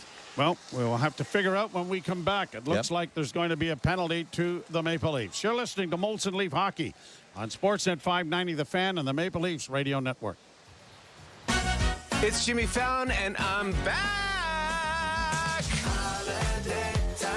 Get ready for the holidays with my exclusive Sirius XM channel full of classic holiday songs handpicked by me. Simply having a wonderful Christmas time. Jimmy Fallon's Holiday Seasoning Radio.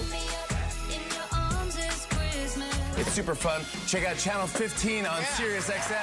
Get seasoning now through December 26th live. Under review. And stop making excuses for bad goaltending. And is it bad? Is it horrendous? If you don't win because you don't make a save or two, yeah. The nature of it is the goaltender is responsible for 90% of the action. He's got to stop the puck. Why do we keep making apologies for goaltending? Stop it. Under review with Mick Kern, 11 a.m. Eastern on NHL Network Radio, Sirius XM 91, and the Sirius XM app. The Power Play with Steve Koulias. Winnipeg Jets head coach Scott Arniel. Has that number changed with the Olympics compressed schedule for Connor Hellebuck? He keeps pushing for 82 games, certainly with this year and what's kind of going on. It is something that we seriously have to look at, and if we want to play well into June and to make that run to the Stanley Cup, I need a guy that's going to be able to be fresh for that whole stretch. The Power Play, weekdays 3 p.m. Eastern on NHL Network Radio, Sirius XM 91, and the Sirius XM app. MLS, NWSL, the USL, and more covering the beautiful game here at home. American soccer lives on Sirius XM FC 157 Radio Network. Nikita Zadorov has knocked out 2 of the Toronto Maple Leaf players in consecutive games. Scott Laughton not back into the lineup, and now Austin Matthews on another cheap shot that was not a penalty, or was not deemed to be a penalty. It was right in the numbers. Now, you can criticize Matthews for turning as he was chipping the puck in, but it's sporting. And there was a hit on Robertson, which was interference. Robertson wasn't, 10 feet away from the puck when he got drilled. And let's throw in Scott Laughton on Saturday night. Puck into the corner, comes back to the point. Bruins on the power play as Joshua's in the box for delay of game. The Leafs get it to Lorenz, who gets it off the boards and get it out and down the ice. The other thing, in the old days, that is looked after by someone coming off the bench. You've taken our best player out of the game, and now here's a breakaway chance, and it's shot wide of the net off the stick of Pavel Zacha. Well, the other thing, if you're going to go after Austin Matthews with that hit, David Pastrnak would be the one that would be worried. Yep. It was back in those days, it was the eye for an eye. But at this point, the Leafs trailing 4-1 and have not had a response either on the scoreboard or in the physicality department. Bruins get it back to the point. McAvoy off onto the right wing side. Centering pass in front of the net. Banging away at it is Zacha, and it's cleared to the far side. McAvoy is able to keep it in. Bruins Pastrnak to the near side, and a one-timer was completely fanned on by the Bruin on the near side. Pasternak's wrist shot, that deflects wide of the net. The fanning was Morgan Geekie, who has really had a great start to this season. As 11 goals 11 already. goals already, yes. Last year was a career high 33 came with the Bruins. Well, he's going to get well past that if he continues at this pace and across the line. And they're going to call it offside with 23 seconds left to go in the power play. And a faceoff coming outside the blue line.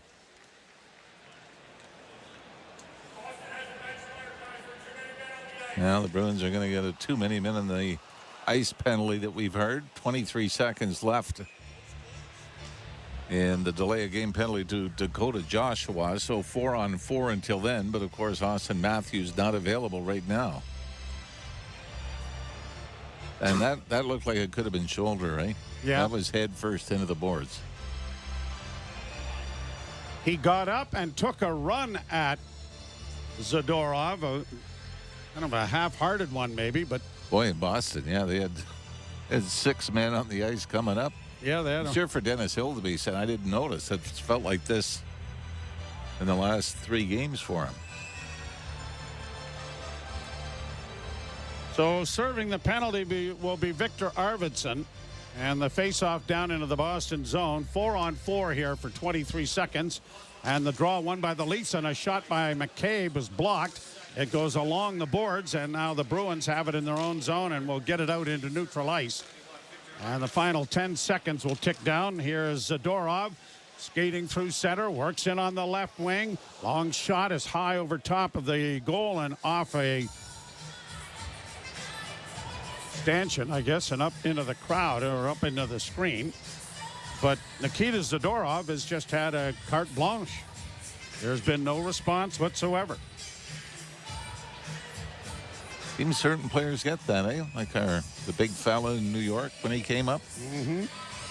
And then all of a sudden somebody gets hurt and you say, gee, maybe we better start calling it. Mm-hmm. But he has taken out 2 Leafs in a game and a half. That shot hit Hildeby right on the mask and ended up going up into the screen. Leafs on the power play now, trailing by 3. Brought to center ice now by Nylander. Nylander in on the right side. Tavares works around back of the goal. Pushes it back to the point. It comes off to the near side. Nylander flipping it into the slot. Tavares holds, can't shoot it. Little toe drag move that was blocked. Nylander keeps it alive. Back to the point it goes. Another shot taken and gloved by Swayman off the stick of Oliver Ekman-Larsson from the blue line. A wrist shot. Boy, Joseph, Nylander's got to be on the other side. Right-handed shot. We saw the one-timer the other night on the power play. You got to be on your off wing. And right now, Willie Nylander's at the top of the right wing circle. Watching here if it's going to change. Yeah, now they've moved him over to the left side. Matias Michelli has joined the number 1 unit in place of Matthews. Draw won by the Leafs. Ekman-Larsson shot deflects wide of the net. Bruins trying to clear, and they will get it out into the center ice area. 6:50 to play, second period. We've had the 1 goal in the second stanza, and it is 4-1 Boston. Played around the boards into the near corner. Deflects out into the slot. Bruins have it again. Down the ice it goes. Hildeby leaving it there for Oliver Ekman-Larsson, who starts back up ice for Toronto. He'll drop it back. Nylander trails and brings it through center. Pass broken up. Shot in offside. Whistle down. Face-off coming in the center ice area with 27 seconds left to go in it. Yeah, watching the Zadorov hit on Matthews again, I'm amazed. That's not a boarding call or hitting from behind. Or whatever. How about interference? He didn't have the puck either. He chipped it in. So you could say he was finishing his check if he didn't have his back to him.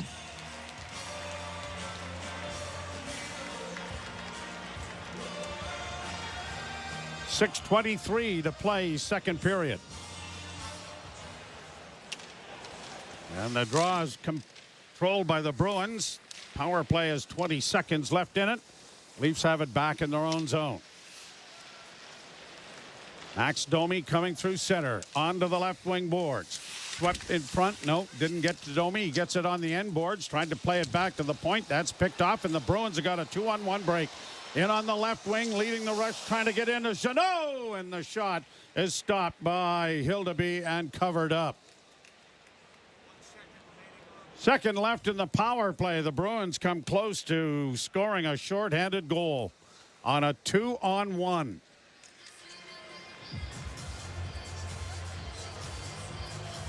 I guess you could say to some extent there's been a little better effort here in the second period, but it might be more the Bruins have just sort of felt that the Leafs have played dead and allowed them to take over this hockey game and comfortably cruise to a second straight win over Toronto.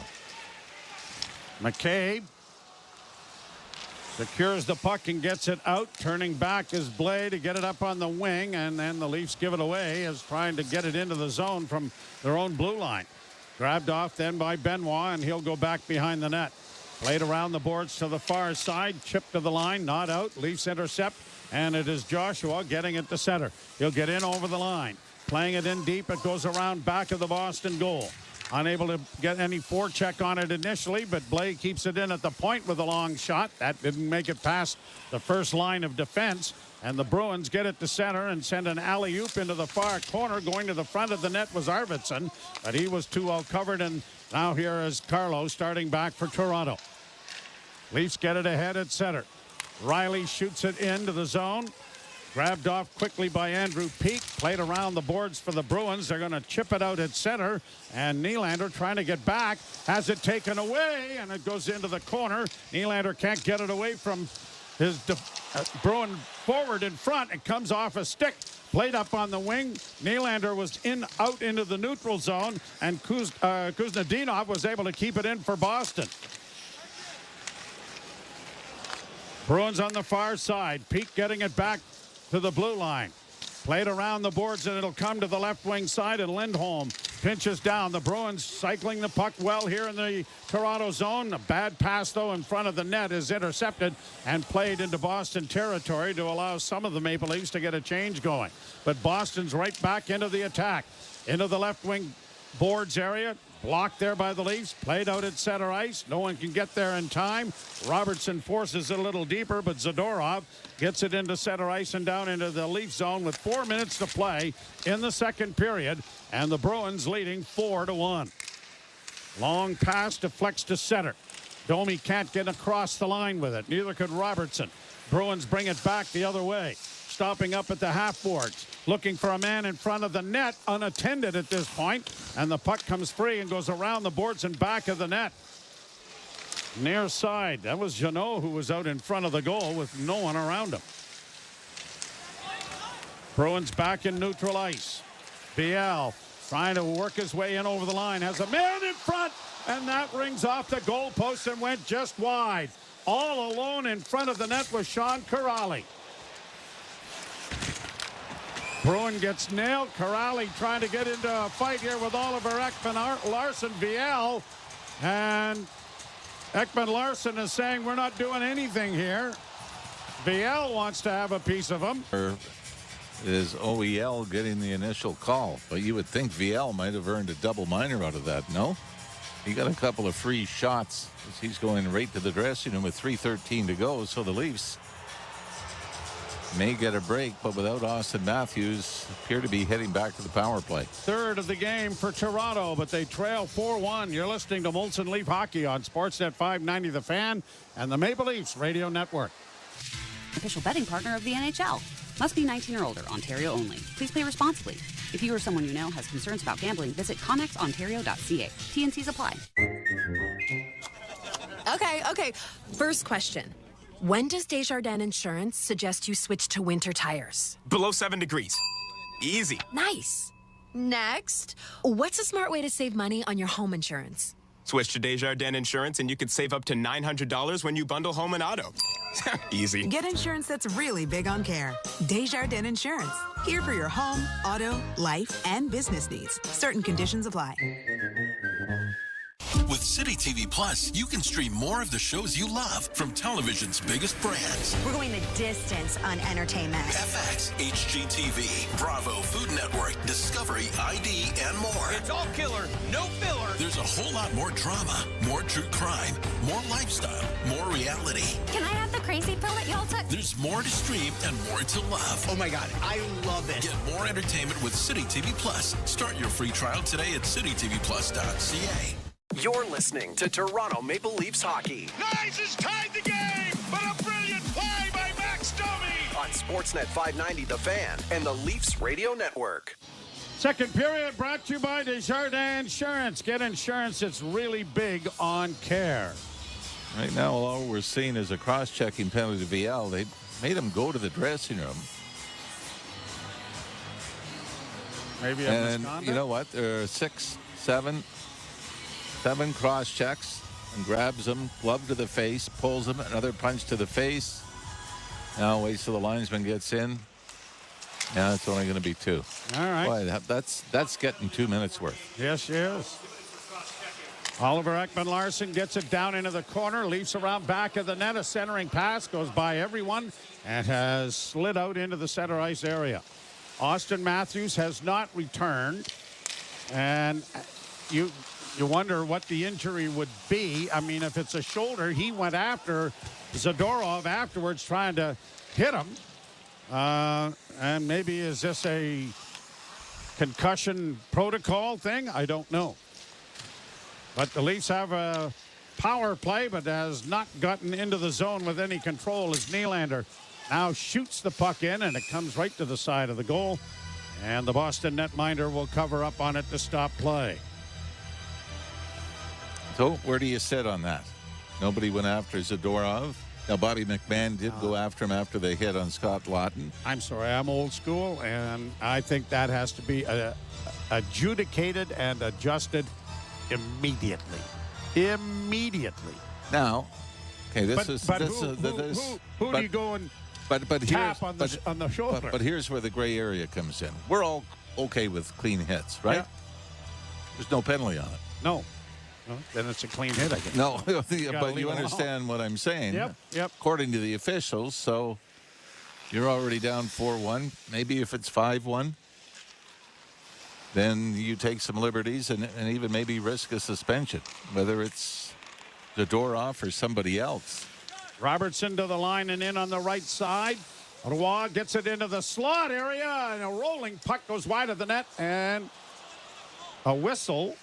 Leafs taking the penalty. I thought the Leafs ended up scoring on the play. The puck ended up in the net. Robertson is down on one knee. Looks like Kostelek might have gone to the box for high sticking, so the Leafs will get a 5-on-3 for 48 seconds. Sammy Blais was out on the power play for Toronto. We mentioned still no Matthews, but we're watching it. Why did the whistle go? I mean, the puck actually bounced in to the net off Lindholm, and they didn't touch the puck, Joe. We're looking at this again. I mean, right into the numbers with the official right there. Zadorov on Matthews. And then Matthews was the one that went after Zadorov after, and that's when he might have got hurt. 48 seconds of a two-man advantage for the Maple Leafs.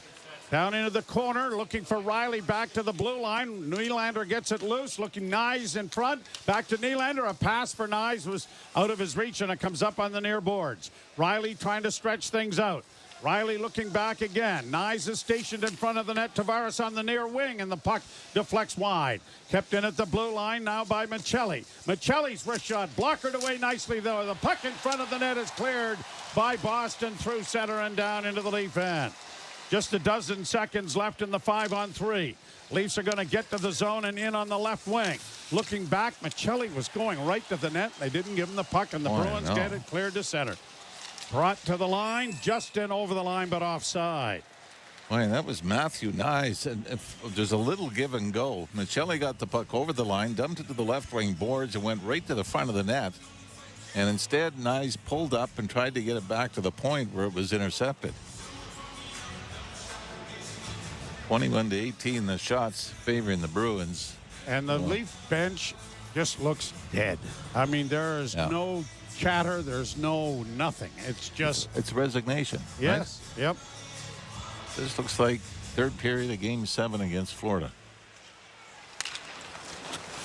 And the thing is, you have an opportunity. Bang one in here. Back in the game. Down low, and a backhand scores! Domi sets up Bobby McMahon coming out of the corner. Well, I said it before, from the little acorn grew the mighty oak, but they've got some work to do, but a power play goal has cut the lead in half. It's 4-2. Well, if Matthews not available, one of the branches is severely damaged, but this was Leafs. Morgan Riley off a face-off win. Threw the puck to Max Domi in the left wing side. And Domi looks and finds Bobby McMahon, who's on the goal line to the right of Swayman. But he takes a step out front and goes forehand, backhand, and flips it over the left shoulder of the Boston goaltender, and it's a 4-2 game. The power play has gotten better. They were 3 for 7 in the last 2 games, so now 1 for 4 here tonight. And the lead is cut in half. Bruins in on the left wing. Wrist shot off the mask of Hildeby, goes into the corner as it comes back in along the boards for Kostelek. trying to play it around to the near side. The Leafs slow getting back to it, and Lorei goes D to D on the right wing side to try and play it in front. And Tavares trying to come up with it on the near wing. Gets some assistance there, but kept in by Boston, and a shot swallowed up by Hildeby with a crowd in front. And play is stopped with 21.6 seconds remaining here in the period. You may disagree with this. This shift bothers me. Leafs finally get back, make it 4-2, and Boston is like, well, okay, let's just turn it on again and get another one. And Bruins go in and dominate the Leafs for 42nd in the Toronto zone again. 18:58, the time of the McMahon goal. That's his fourth of the season. And for Bobby McMahon, that's his first on the power play. Leafs play it up the boards, but it's cut off by Boston. Kuznetsov gets it to the side of the goal, and Hildeby was reaching behind him. Well, that all starts. Hildeby's got the puck, and it's sort of with Ekman Larsson. If you got it, I got it, and then puck was tipped away. Ekman Larsson could only lob it weakly up the boards where it was picked off and funneled right back to the Leaf net. And Hildeby reaching behind him to block anything from trickling in. That's when I thought things were amiss. And we're going to get another icing here as it's sent down into the Boston zone. 2.4 seconds remaining in the period. The Bruins 4 and the Maple Leafs 2. I believe the Leafs had a come from behind win last year in Boston. They were down 2 into the third. I believe that led to an overtime win. If I'm not mistaken, Nick Robertson had one of those goals in the third period. And the face-off ends the period. So the teams trade goals in the second stanza. The Leafs lose Austin Matthews on a hit by Nikita Zadorov. And at the end of 40 minutes, it's a 4-2 Boston lead at the Toronto Dominion Garden. We'll ship it off to Ailish Forfar and Justin Cuthbert. You're listening to Molson Leaf Hockey on Sportsnet 590 The Fan and the Maple Leafs Radio Network. I'm Katie Nolan, and I host a show on SiriusXM Mad Dog Sports Radio called Fan Service. It's a show that is as much yours as it is mine. It's all about conversation. I'll throw out some things that are on my mind, but it's really a space where you can ask about anything going on in the world of sports and pop culture. Thank you for having a refreshing way of approaching sports media. Fan Service with me, Katie Nolan. Weekdays at noon Eastern, only on Mad Dog Sports Radio Channel 82 in the car and on the SiriusXM app. Under review. And stop making excuses for bad goaltending. And is it bad? Is it horrendous?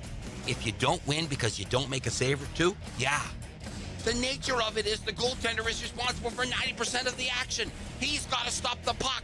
Why do we keep making apologies for goaltending? Stop it. Under review with Mick Kern. 11 a.m. Eastern on NHL Network Radio, Sirius XM 91, and the Sirius XM app. The Power Play with Steve Koulias. Winnipeg Jets head coach Scott Arniel. Has that number changed with the Olympics compressed schedule for Connor Hellebuck? He keeps pushing for 82 games, certainly with this year and what's kind of going on. It is something that we seriously have to look at. And if we want to play well into June and to make that run to the Stanley Cup, I need a guy that's going to be able to be fresh for that whole stretch. The Power Play, weekdays 3 p.m. Eastern on NHL Network Radio, Sirius XM 91, and the Sirius XM app. We deliver the NHL. Head coach of the Carolina Hurricanes, Rod Brind'Amour. What's the mental approach to get to the dance? Every year you start at the same spot as every team, right? Like you're at the bottom of the mountain. And when we get to that point, if we can, then we can knock down the final kind of stretch highway we haven't been able to cover. So let's make the best out of every day and play our ass off every night and see what happens. Sirius XM, NHL Network Radio, Sirius XM 91. Hey, Jim Rome here. What's cracking? Hi. Hope you're enjoying the game. And when you're not taking in a game, find us on Sirius Channel 161, XM Channel 206. In fact, we'll be there every weekday afternoon, 3 p.m. to 6 p.m. Eastern Time. If you've got something you want to break down from this game, you know where to find us. Just make sure you have a take and don't suck. Step your game up. That has never changed. In fact, the show has never changed. We're just back home. And it's great to be there. Sirius 161, XM 206. See you there. Experience the pinnacle of club soccer in the UEFA Champions League on Sirius XM FC. This is the place where legends are born. Merseyside magic from Mo Salah. Dynasties are built. Real Madrid do what they do best. And history is made. It is a night to remember for Paris Saint-Germain. Hear the top Champions League matches all season long on Sirius XM FC 157 and the Sirius XM app. The best player analysts and insiders live on NHL Network Radio. But the other thing that Connor McDavid has earned is he's earned a voice in what happens with the team. Where are you guys headed? What are you guys doing? I need to know, because he made it very clear in his comments, I want a chance to win and win again. That doesn't mean he gets final say. They need to listen to Connor McDavid. They need to express their views to Connor McDavid. Get the latest opinion and analysis you need on the home of hockey, NHL Network Radio, Sirius XM 91, and the Sirius XM app. Join me, Gord Stellick, and Scott Laughlin as we recap the night that was on NHL Morning Skate, weekday mornings at 7 a.m. Eastern on NHL Network Radio, Sirius XM 91. And the Leafs Radio Network.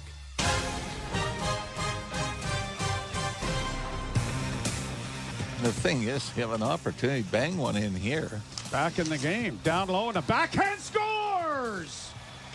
Domi sets up Bobby McMahon coming out of the corner. Well, I said it before, from the little acorn grew the mighty oak, but they've got some work to do, but a power play goal has cut the lead in half. It's 4-2.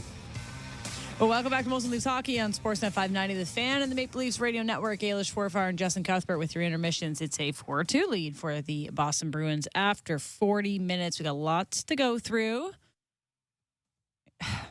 How are you feeling? Yeah, we do. I mean, Leafs somehow in this game, like it was pretty cut the deficit. Pretty ugly. You pull Anthony Stolarz, Dennis Bilthoeby comes in and continues to play well, but does give up one goal, the 400th of the career of David Pastrnak. Let's start there. A minute into the second period. No Anthony Stolarz. Haven't seen him with a video shot yet.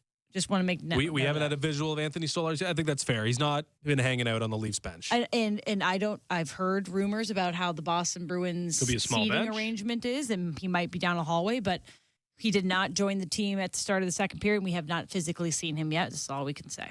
I think if it's a decision to not be out there, that's a choice.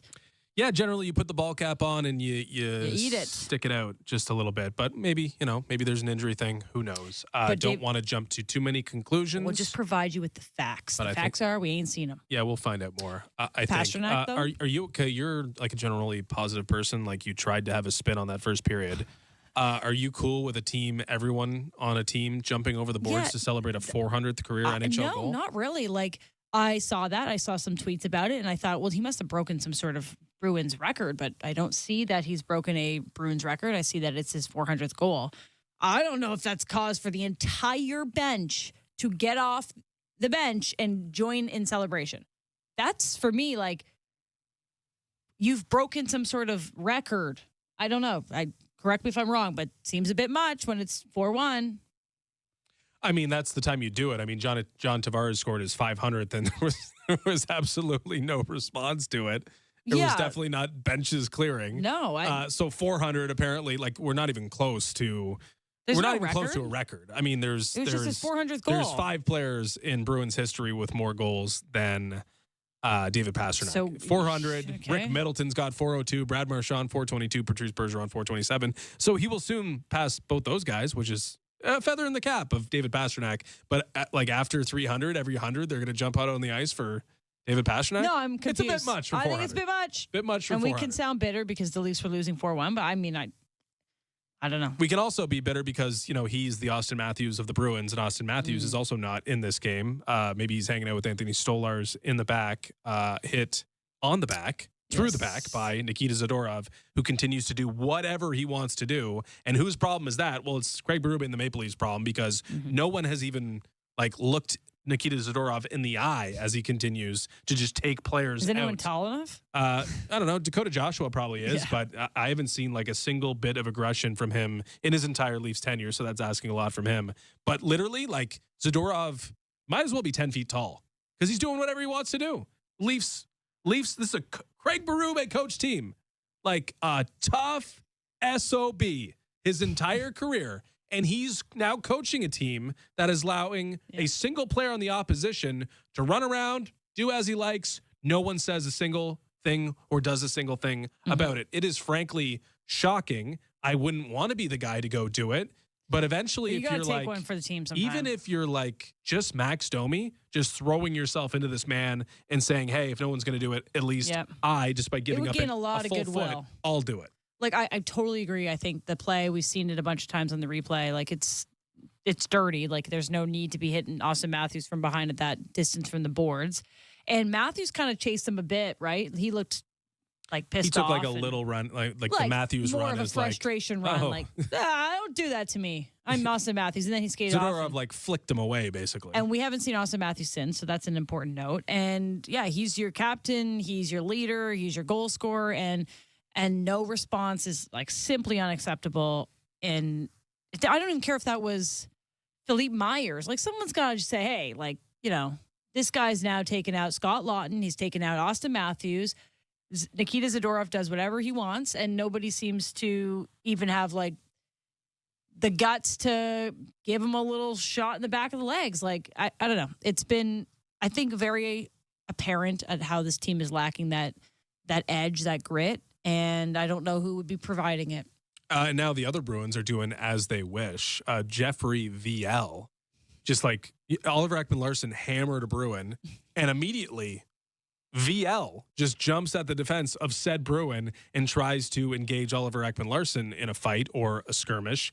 And Oliver Ekman-Larsson's no, I'm going to allow my team to go to the power play, which was all good from Ekman-Larsson's standpoint, delivers the hard hit and gets themselves in a position where it's no, I'm not going to play your game because why would I? He was mouthing, or not mouthing, he was yelling, who even are you, in other terms, in the moment. But that's what the Bruins are doing. You see the Bruins immediately respond. It doesn't matter who or what, they are there. And again, Oliver Ekman-Larsson is not Nikita Zadorov, but you don't have to convince Jeffrey VL to get in the face of someone after one of his teammates went down. Jeffrey VL has played, this is his 10th game with the Boston Bruins over 2 seasons. And he's played 58 NHL games, and he doesn't care.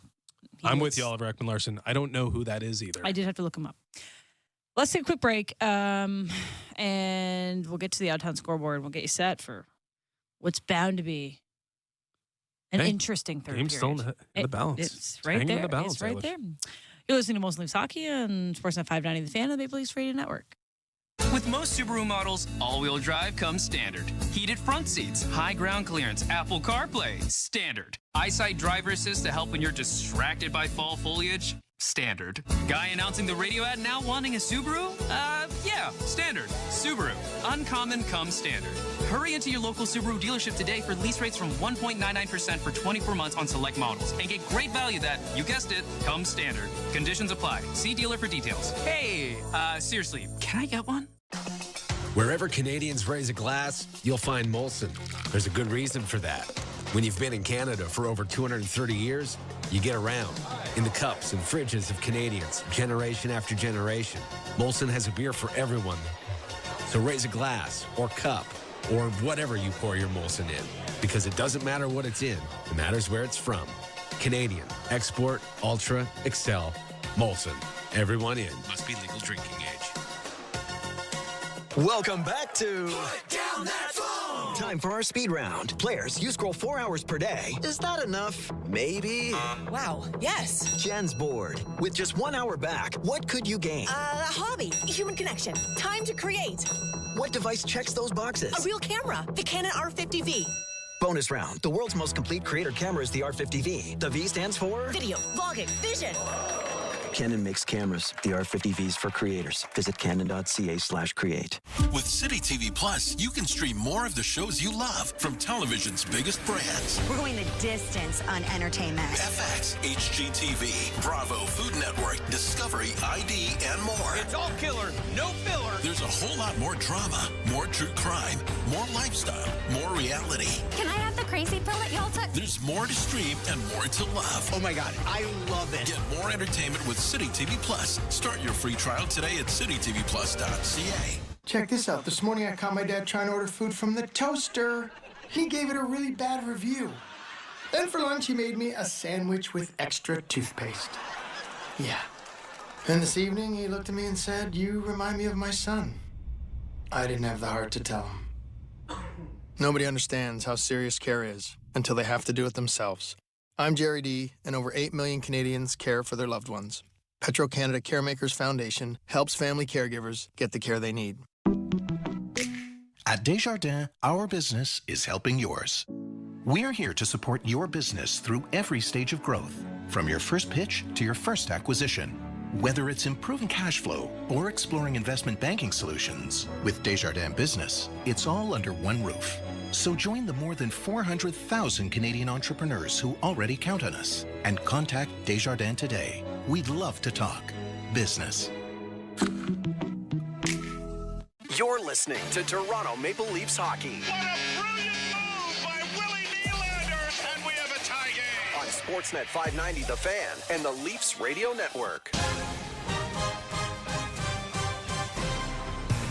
Welcome back to Molson Leafs Hockey on Sportsnet 590, The Fan and the Maple Leafs Radio Network. 4-2 lead for the Bruins after 40 minutes. We only have a minute, so let's get to the out-of-town scoreboard. Presented by Bet365. Download the app and find out why it's never ordinary at Bet365. Okay, 3 straight goals for the LA Kings, who lead the Canadians 3-1 after 2. The Senators have a 2-1 lead over the Dallas Stars. Mikko Rantanen getting one back. The Capitals are up 2-1 on the Hurricanes. Underway now. The Blues have a 2-0 lead over the Flames, end of 1.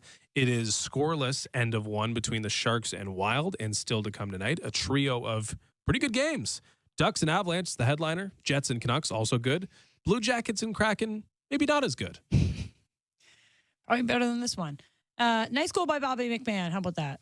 Yeah, and another primary assist on the power play for Max Domi. If you're looking for ways in which he could potentially help you, Craig Berube, maybe like a little bit more opportunity on the power play. All right. Something to look forward to. Domi on the power play coming at you in the third. Well, I mean, that would require Craig Berube to listen to the show and do that sort of thing. I hope that he's doing a lot more in the dressing room than listening to us. Oh, I hope so too. All right, Joe Bone and Jim Ralph with the call. The third period next. You're listening to Molson Leafs Hockey on Sportsnet 590 The Fan and Maple Leafs Radio Network. FIBA Radio Andy, baby. Hey, it's Andy Cohen. Don't miss Radio Andy's BravoCon coverage kickoff Wednesday, live from Las Vegas with me. Then Friday, it's a Bravo blowout with Jeff Lewis, Reality Check, Julia Cunningham, and the Smith sisters, straight from the strap. Glitz, gossip, and Radio Andy. What happens in Vegas doesn't always stay there. It's wall-to-wall coverage of BravoCon. It all starts Wednesday at 10 a.m. East. Only on Radio Andy, Sirius XM 102. Or listen on the SiriusXM app.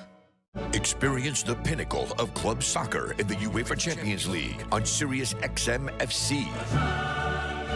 This is the place where legends are born. Merseyside magic from Mo Salah. Dynasties are built. Real Madrid do what they do best. And history is made. It is a night to remember for Paris Saint-Germain. Hear the top Champions League matches all season long on Sirius XM FC 157 and the Sirius XM app. The best player analysts and insiders live on NHL Network Radio. But the other thing that Connor McDavid has earned is he's earned a voice in what happens with the team. Where are you guys headed? What are you guys doing? I need to know, because he made it very clear in his comments, I want a chance to win and win again. That doesn't mean he gets final say. They need to listen to Connor McDavid. They need to express their views to Connor McDavid. Get the latest opinion and analysis you need on the home of hockey, NHL Network Radio, Sirius XM 91, and the Sirius XM app. Nothing puts you closer to the action than Sirius XM NHL Network Radio. St. Louis Blues General Manager Doug Armstrong, Alex Steen, speak to where that's at, the succession plan, and he is going to be the manager after this season. You have to know when your expiration date is with the group, and I think it was time to be honest with myself that the organization itself needed to change, and we're excited to have Alex ready to take over. Sirius XM NHL Network Radio, Sirius XM 91. The biggest names in the game. Trying to get behind Ristolainen, walks in, put it between his legs, shoots it, score! NHL play-by-play on Sirius XM. The Leafs Radio Network. Leafs have some work to do in the third period as they trail by a score of 4-2 to the Boston Bruins. McMahon and Lorenz have scored for Toronto. Zacha, Lindholm, Steves, and Pasternak with his 400th career goal. And Austin Matthews has not made a return to the Toronto bench after being drilled from behind by Zadorov. By the way, not quite a year ago, but February 25th, 2025, the Leafs trailed 3-0. To the Bruins midway through the second period. Morgan Rielly made it 3-1. Marner made it 3-2. Robertson tied it at 3. Pasternak made it 4-3.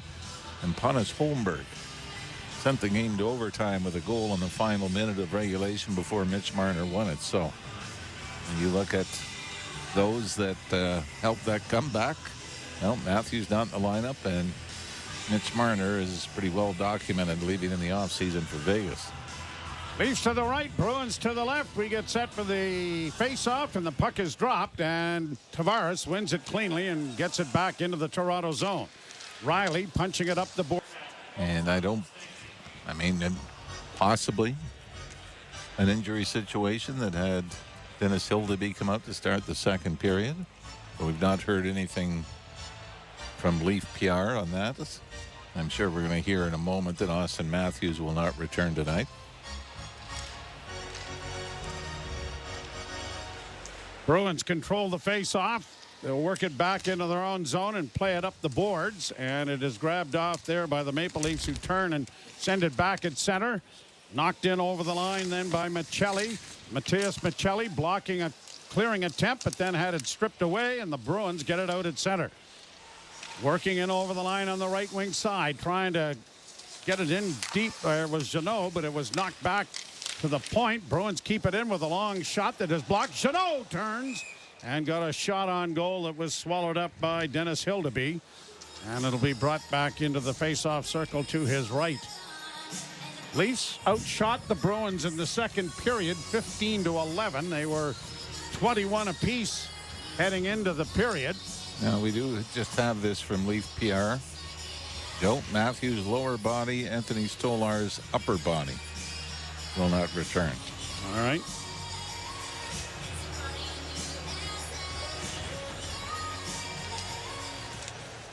Domi scrums the draw, played off the boards and out at center and down into Boston territory. Racing after it now. We got a scrum going on around the boards, and it is Kuznetsov and Lindholm who are involved. And is that Max Domi trying to throw a punch? I think it is. And you might want to wait, not with the score. You're still within reach here in the third period. Well, and maybe take a healthy run at Nikita Zadorov too while we're at it. But it looks like at least just one penalty, or is Domi being ushered over there now too? Go as well. Well, crowd seems to be booing, so the Leafs may be going back on the power play. This was after a hit by Bobby McMahon.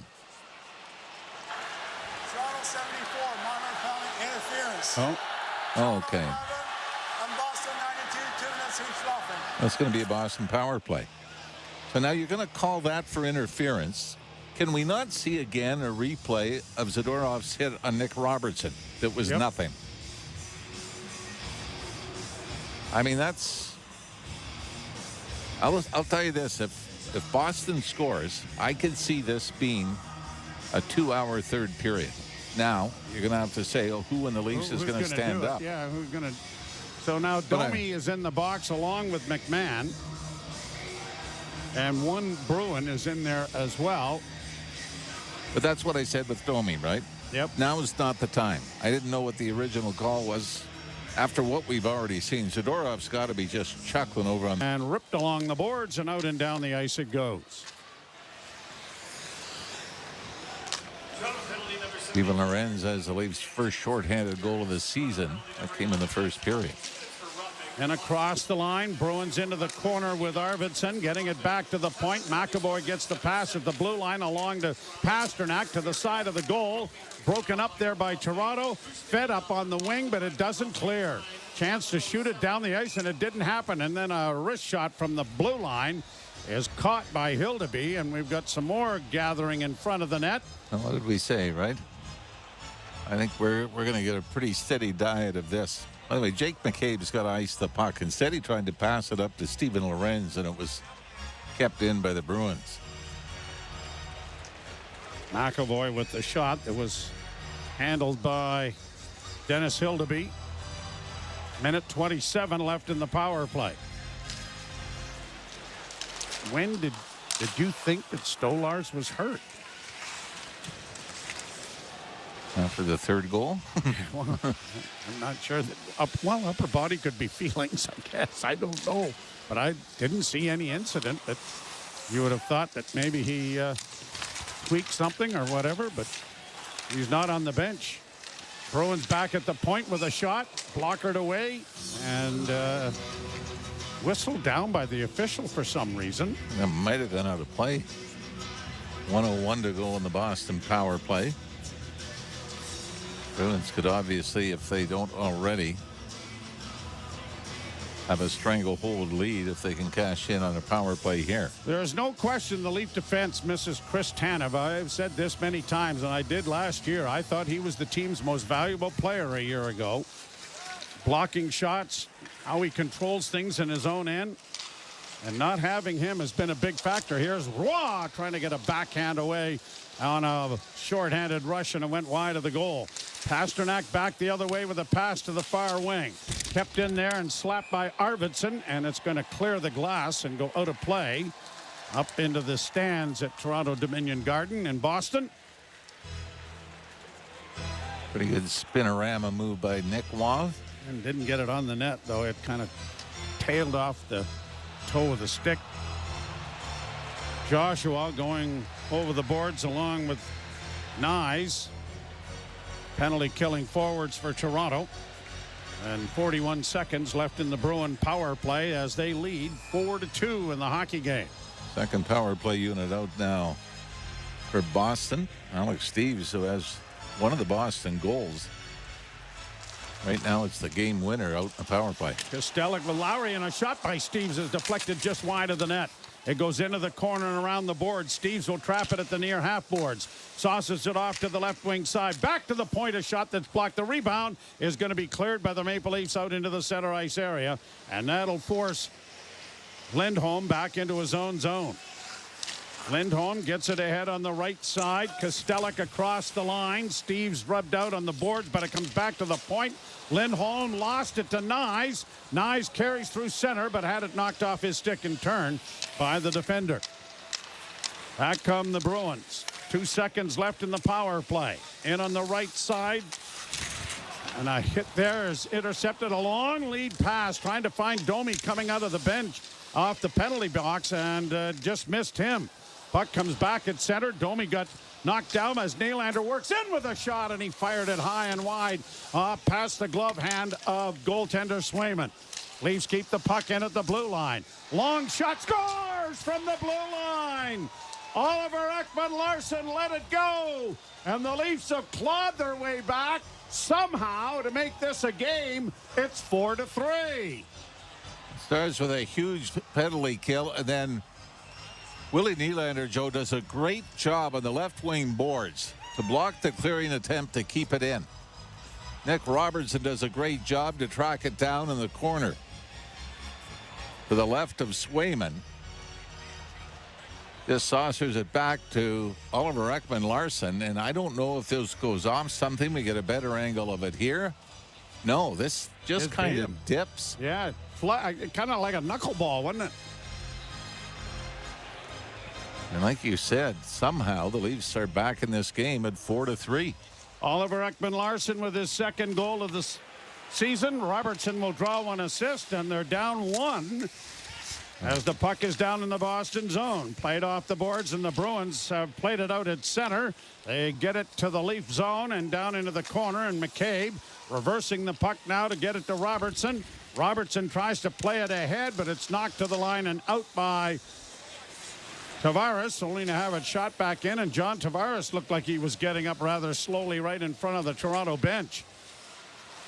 We've got a tight shot of Benoit and can't tell whether... Yeah, he's gone to the bench. Yep. Brought in over the line now. Domi with a shot from an angle. Deflects well wide.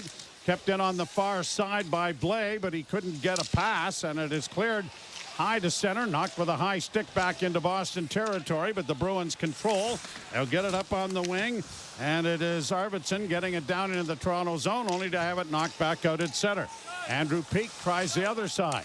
Brought in on the left wing and set around back of the net by Vial. The puck comes back to the point. Shot in traffic, block.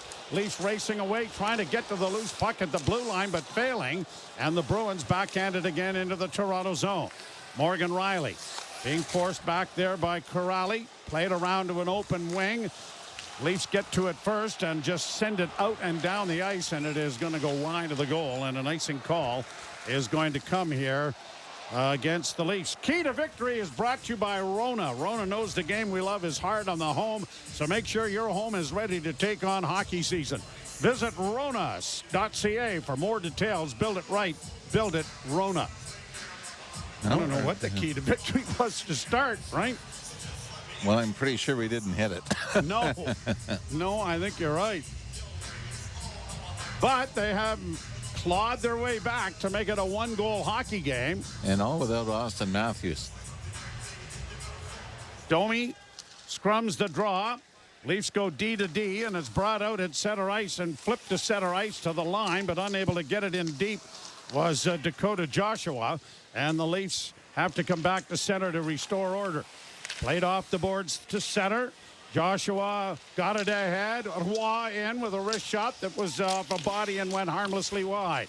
Played back towards the blue line. Trying to keep it in there was Oliver Ekman-Larsson. It comes to center, but intercepted, and Michelli back in on his backhand. Doesn't send it to the net. Looking for a man coming off the bench. It was Carlo, but he couldn't get him the puck. Now Roy looks to make a pass with it on the half boards. Sends it back behind the net for Michelli. Michelli couldn't get away. Took his man down. No call. Michelli after a loose puck in the far boards. Back to the point.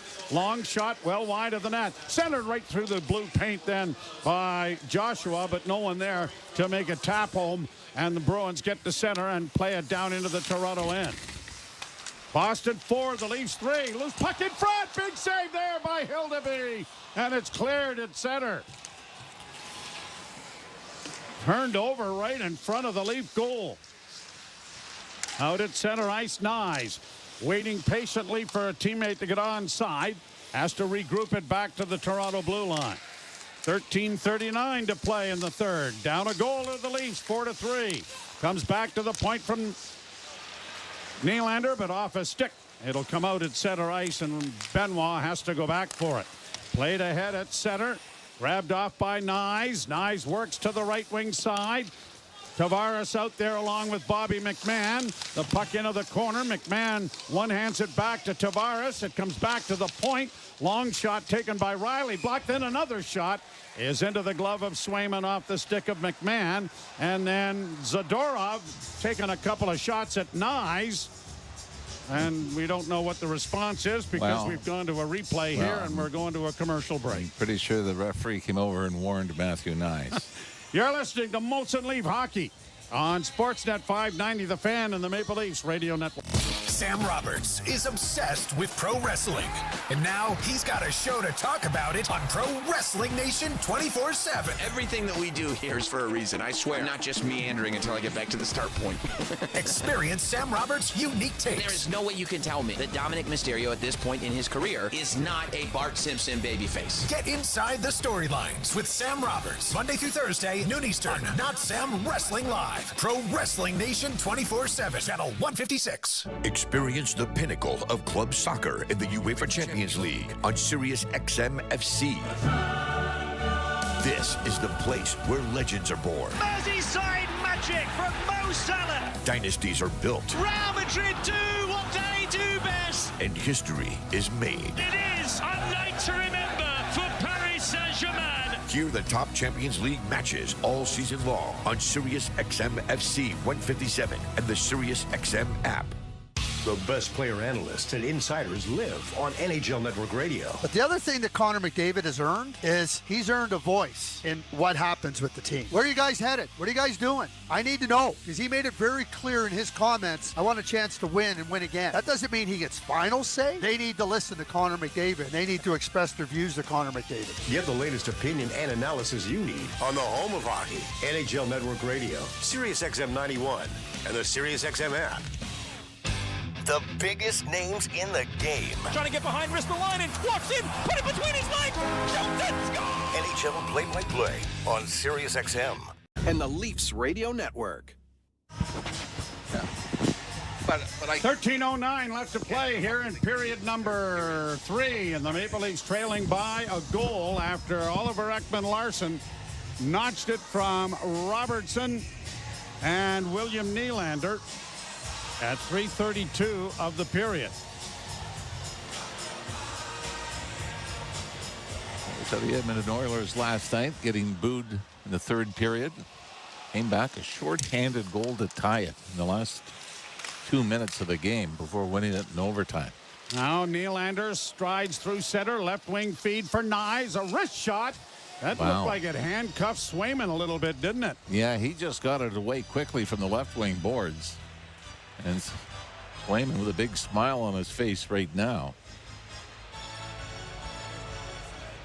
Ekman-Larsson won. It caromed off the inside of his blocker, but fortunately for him, it caromed back into his body.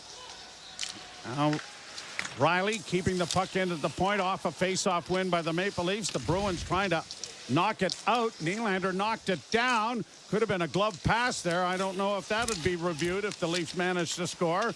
Round back of the net, it comes to the near wing. Back to the point, Riley. A shot off a stick by Nyes. That was close to being high. It was a high stick, actually. But since the Bruins have controlled, it's waved off. And now Boston gets it down into the Toronto zone. So negate all of the other stuff that I just mentioned. Brought back by Toronto.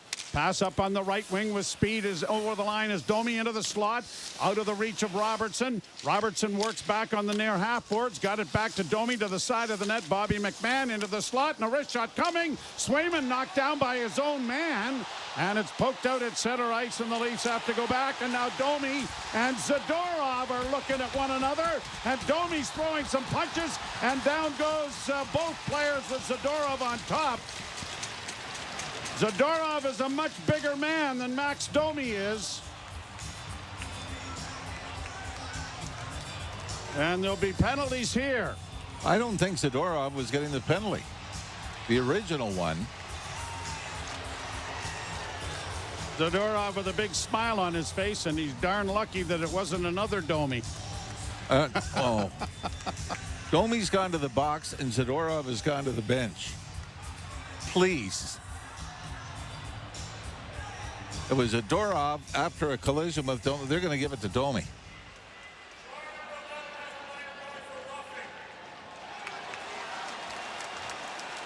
And Domi's getting the only penalty. But going back to what I said earlier, Joe, now is not the time.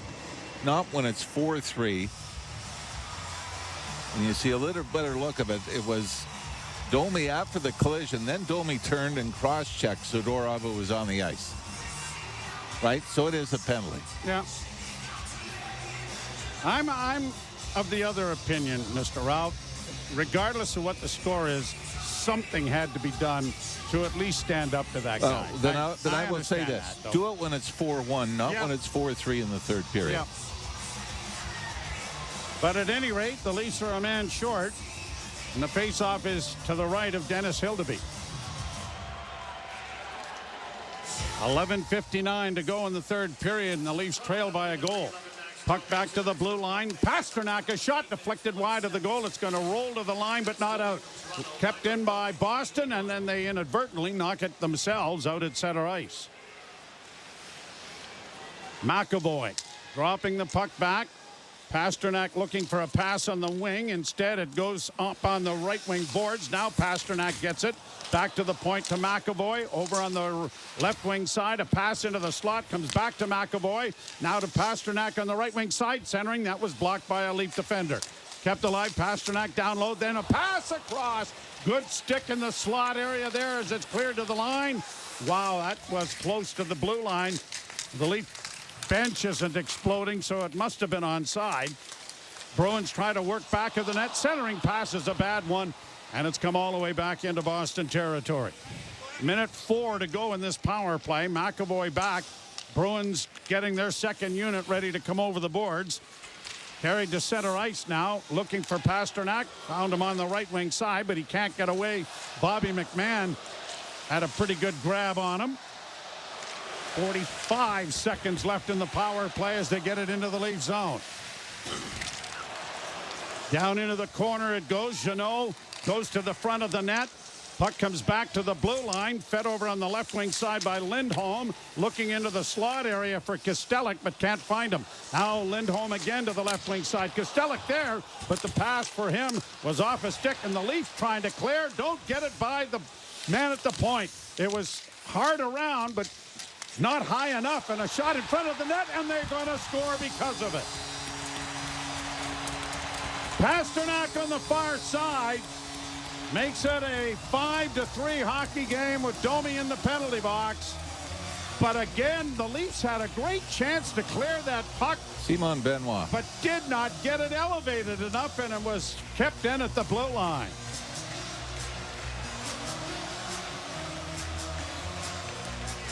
Second goal of the game for Pasternak, 401st in his career, and the Bruin power play has been lights out here tonight. They've scored 3 times. Well, that's where I'm not as thrilled with the timing of Max Domi on Zadora. I understand, yep. So we're going to walk away from this and say, boy, we got him back. Well, and we really didn't. I mean, wasn't much of a fight, was it? Now the Bruins are back in, and a chance there for Pavel Zacha off the rush. Another shot is blocked, and Nylander can't get it out again. The Bruins on the wing, a shot, and that's wired just off the side of the goal and wide, and now cleared by Toronto. It's going to roll down on goal, and Swayman will have to play it aside.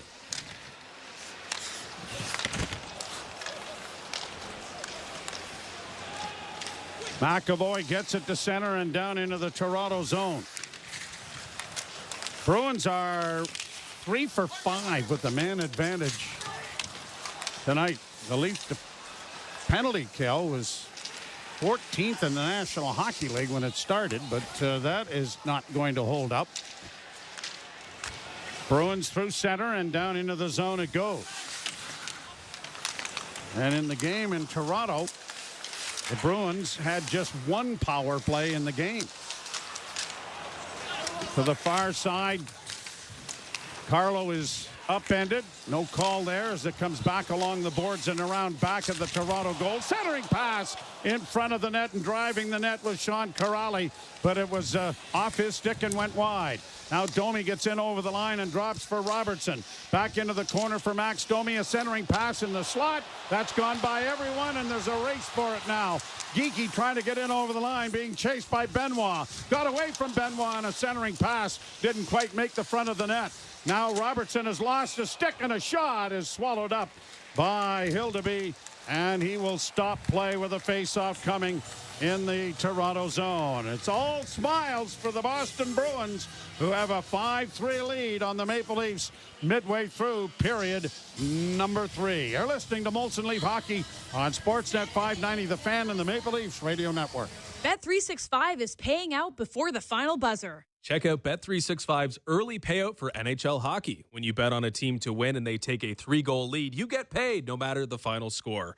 And with early payout, you could be on your way to a winning parlay. Early payout, just another reason why it's never ordinary at Bet365. An official partner of the NHL, must be 19 or older, Ontario only. Please play responsibly. If you or someone you know has concerns about gambling, visit connexontario.ca. Terms and conditions apply. With the NHL app, you can listen to every NHL game right from your phone. And with home and away broadcast feeds, you choose your way to listen. Whether you're at work, at the gym, or stuck in traffic, the NHL app puts you right in the action all season long. Every team, every game, everywhere you go. Download the NHL app and never miss a moment. Heard of Uline? You know, the have-it-all in-stock, ready-to-deliver shipping and industrial supply specialists. The company that does things for you that are unheard of, like keeping 41,000 items in stock in our own warehouses. With customer service reps on the line to get you what you need when you need it 24/7, 365 every time. Maybe you heard it here first. Want to hear more? Visit uline.ca. ULINE, your shipping and industrial supply specialists. You're listening to Toronto Maple Leafs hockey. Here's a chance in front for Kemp, trying to get in front of that. He scores! On Sportsnet 590 The Fan and the Leafs Radio Network. Bruins lead the game 5-3. 9:48, the time of the Pasternak second tally on the power play, and it is another uphill climb for the Maple Leafs with 8:27 left to play in the third period. The Bruins are trying to win their 8th game on home ice. They are 10-7-0 overall for 20 points, 3 ahead of the Maple Leafs coming in to the game here tonight. Bruins are looking at extending their winning streak to 7 straight. That was after earlier having a 6-game losing streak. Played in around the boards. Bruins unable to come up with it. I mean, when they were in the midst of that long losing streak, you had to think something was amiss, right? And they have battled their way out of it, but the Maple Leafs in different play and just defensively breakdowns has been crippling. Puck to the side of the goal, unable to get to the front of the net was Dakota Joshua. And now we've got a couple of scraps going on as McAvoy gets involved here with Roy. I don't know. And what's the other pileup along the boards, and very much involved in that is Mark Kostelik. I think the Leafs might have been getting the only penalty. Looks like it's a response from the Bruins. Joshua is in a headlock. And Zadorov is down at the bottom of it, and is it Oliver Ekman-Larsson involved as well? Geeky's got a hold of somebody over there. Not really sure what really started that.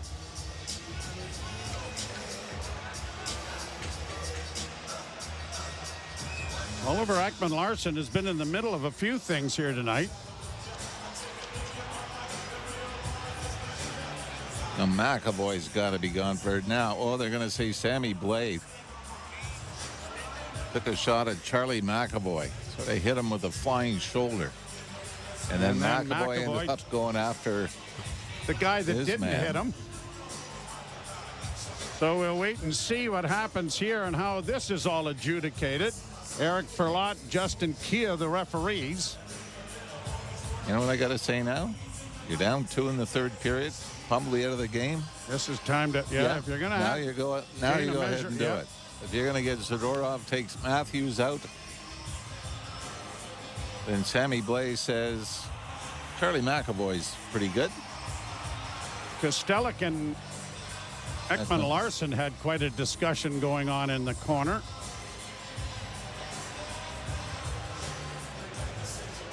Well, Zadorov has managed to work his way through the Leaf lineup, taking 2 Leafs out, and Sammy Blais over on the... He's in the penalty box for the Leafs. It's like somebody is gone. And now McAvoy doesn't get anything. Monroe knee.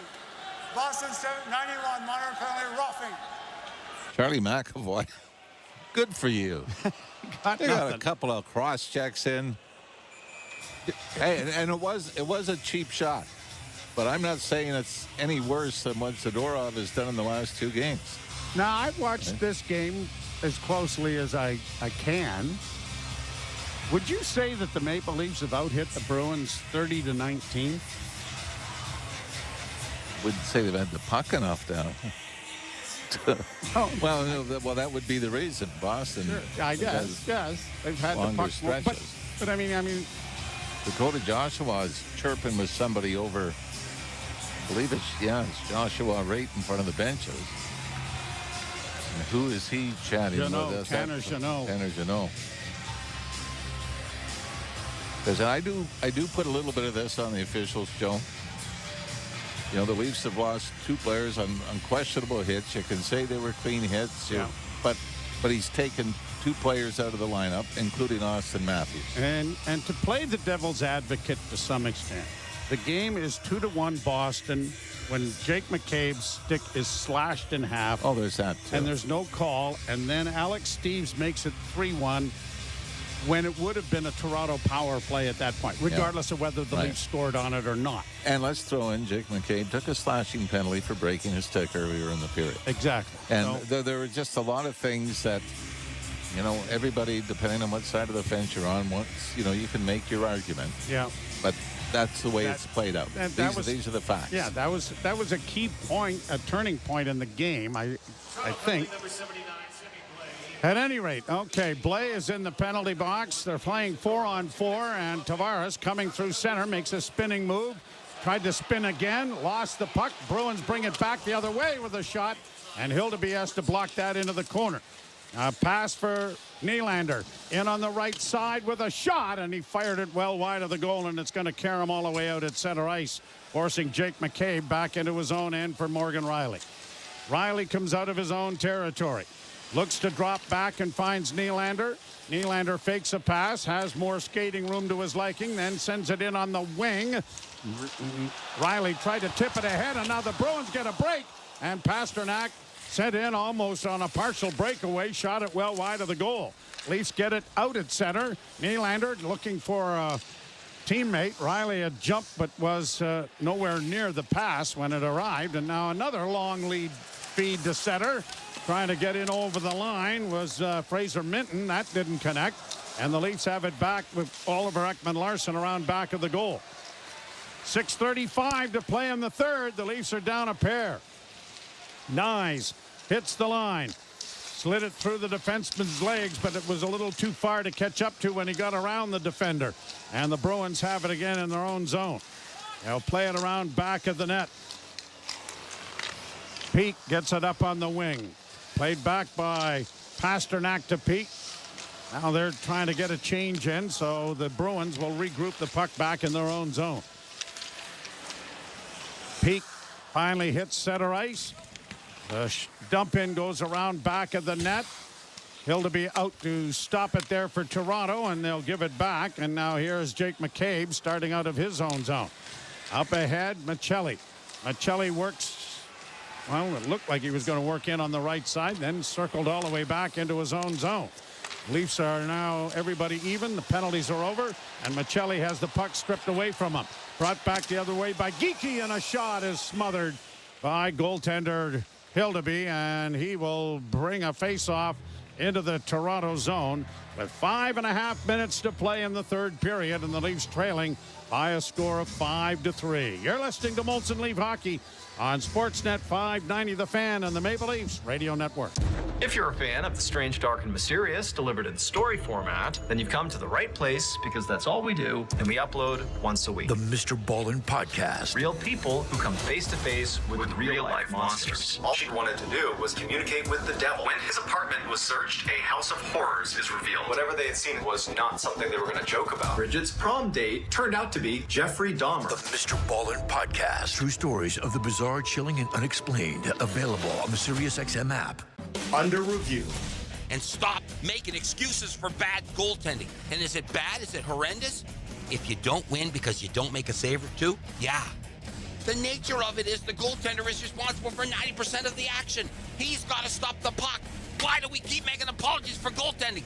Stop it. Under review with Mick Kern. 11 a.m. Eastern on NHL Network Radio, SiriusXM 91, and the SiriusXM app. The Power Play with Steve Koulias. Winnipeg Jets head coach Scott Arniel. Has that number changed with the Olympics compressed schedule for Connor Hellebuck? He keeps pushing for 82 games, certainly with this year and what's kind of going on. It is something that we seriously have to look at, and if we want to play well into June and to make that run to the Stanley Cup, I need a guy that's going to be able to be fresh for that whole stretch. The Power Play, weekdays 3 p.m. Eastern on NHL Network Radio, SiriusXM 91, and the SiriusXM app. Join me, Gord Stellick, and Scott Laughlin as we recap the night that was on NHL Morning Skate, weekday mornings at 7 a.m. Eastern on NHL Network Radio, SiriusXM 91. The Leafs Radio Network. Sammy Blais has had to get a new helmet. It's Austin Matthews' helmet. And now he's got to figure out how to adjust it so that it fits his head. No, that didn't work. Try. Got his own. Bobby Hastings has got it fixed. All right. Good job, Robert. Leafs in their own zone. Jake McCabe gets it ahead. Tipped in by Lorenz. Roy into the forecheck. Gets to the puck back of the net. Lorenz had to step over one of the Boston players. Comes back to the point. McCabe can't shoot it at the net. Had it knocked off his stick into the corner. And a whistle. For some reason. Got to be a penalty because it was puck didn't go out of play. Yep. Kostellic is coming to the penalty box. It's been rather active. Now, if the Leafs have any chance of a miracle comeback, they've got to try to equal David Pasternak's power play goal here in the third period. Boy, what a cross-check that is, Joe. Kostellic on Simon Benoit. Leafs are 1 for 5 on the power play, and Kostellic is in the box.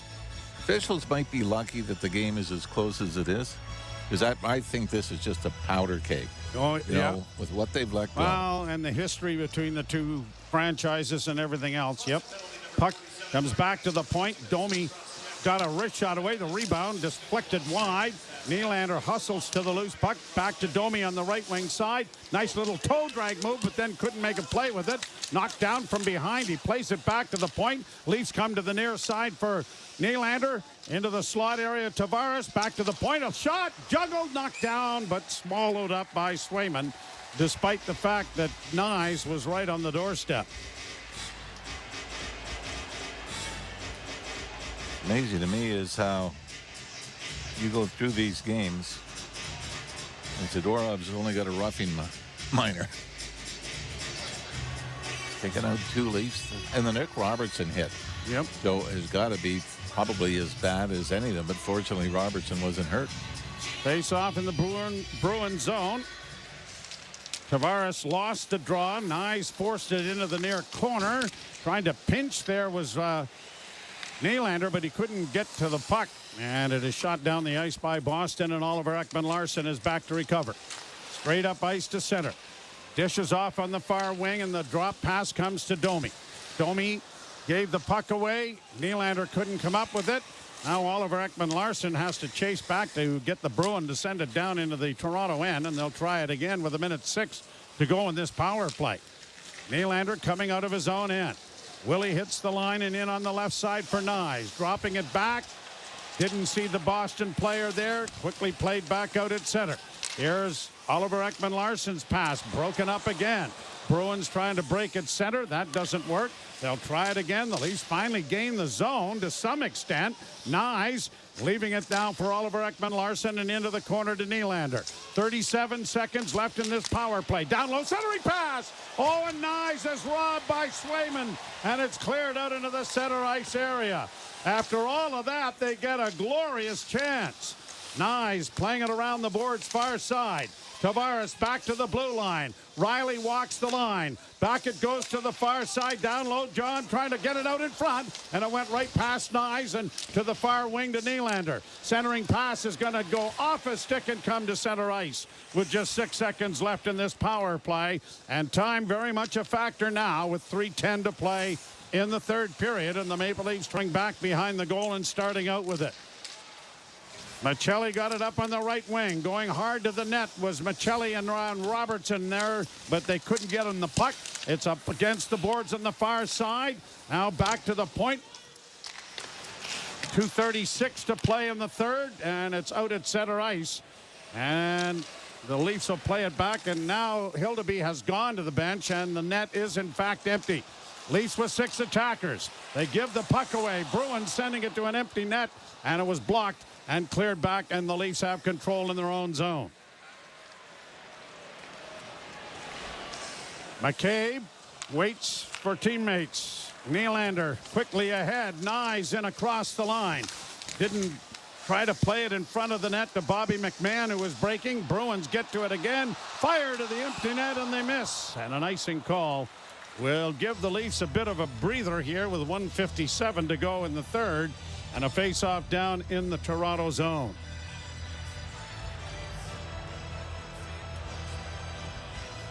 So it is 5-3 in favor of the Leafs.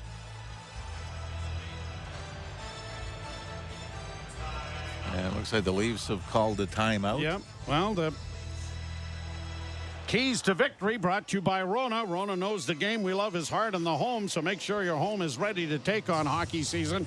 Visit Rona.ca for more details. Build it right, build it Rona. You know, the key to the game at the start of the pregame show is keep it low scoring like a playoff game. Well, fortunately, it looks more like a few game sevens we've seen in Boston over the years in the playoffs. But what you mentioned about the goals for and against is just, and the comparison to a year ago, that you made in our pregame. And Anthony Stolarz, you know, the third goal was killer. You know, it was obviously he might have been trying to fight through an injury if he ended up leaving because of an upper body injury after the first period. But that was the one to make it 3-1. Put them right back on their heels. Tavares wins the draw cleanly. Leafs with 6 attackers. Nylander on the near half boards. Challenged as he goes around back of the net to the far side. Oliver Ekman-Larsson back behind the net for Nyes. Centered in front right through the goal crease. Cleared off the glass and out and down the ice by Boston. And another icing. But time 1:38 left to play in the third period. And this is what we just saw with the Bruins. This is what the Leafs have failed miserably at, right? Make the simple play. You don't have a play behind the net, off the boards and out, take the icing. Instead of coming around behind the net, looking up ice, trying to force it through the middle. Draw to the right in the Bruin zone. Tavares again wins the draw cleanly. Back to the blue line it goes. Fed into the corner to Domi. Round back of the net for Nyes to Nylander. Swept back to the blue line to Riley. Riley to Nylander. Nylander working on the half wall. Gets it in front of the goal. They bang away at it. Grabbed off by Nylander off a rebound. It comes back to the blue line. Domi and Oliver Ekman-Larsson playing catch with it. It comes down. Centering pass by Nylander. Deflected wide. Leafs get it back to the point. Someone's got to get it to the net. They do with a shot, but that went wide. Riley keeping it in for Toronto. Puck goes free to the Bruins. They're going to try and get it out with the empty net. And less than a minute to play as it comes to center ice, but it is whistled down by the linesman. And a face-off will be outside the blue line. And I would imagine timeout may be thought about here. Yeah, Leafs have already used their timeout. That's right, they did. You're right. Leafs, Willie Nylander gets it to the net. Leafs jam away at it. Matthew Nyes, whenever you have any kind of comeback win, and we saw it when the Leafs came back on Pittsburgh, you need those ugly little goals that slip through, right? And you thought maybe the Oliver Ekman-Larsson goal was that goal. That made it 4-3, but another power play, third power play goal of the game for Boston has put this one seemingly out of reach. Hildeby went back into the net, and now he's headed for the bench as the Leafs get it down into the Boston zone. 40 seconds to play. It's cleared out and down the ice. But so the faceoff will be back in Bruins territory. 36.4 seconds remain in the third period. Tavares, who has been really good in the faceoffs in the offensive zone, loses this one, but is able to one-hand the puck into the corner. That's drawn a crowd, and the Leafs have outmanned the Bruins there 3-2 as it comes into the slot, and a pass back in, deflected off Domi. Another shot stopped by Swayman, and it was Tavares on the doorstep, where he normally resides and does most of his scoring, but couldn't jam it past Swayman's left off to the left. Won by Toronto, and Tavares wins another faceoff. Now a shot backhand in front of the goal. It pops up into the air, and Swayman gloves that. And the last 13.9 seconds will become somewhat of a formality here, as the Leafs will drop their third in a row. The Boston Bruins continue to climb up the standings. Seven straight wins. Yep. And it's cleared out into neutral ice. Bruins looking for an empty net. That won't happen. And the Leafs have it under control in their own zone, but just 2 seconds left in the game, and that will do it. Another disappointing effort. The Leafs fall behind by a 4-1 count. They claw their way back into the game. But a Pastrnak power play goal at 9:48 of the third has escalated the lead to a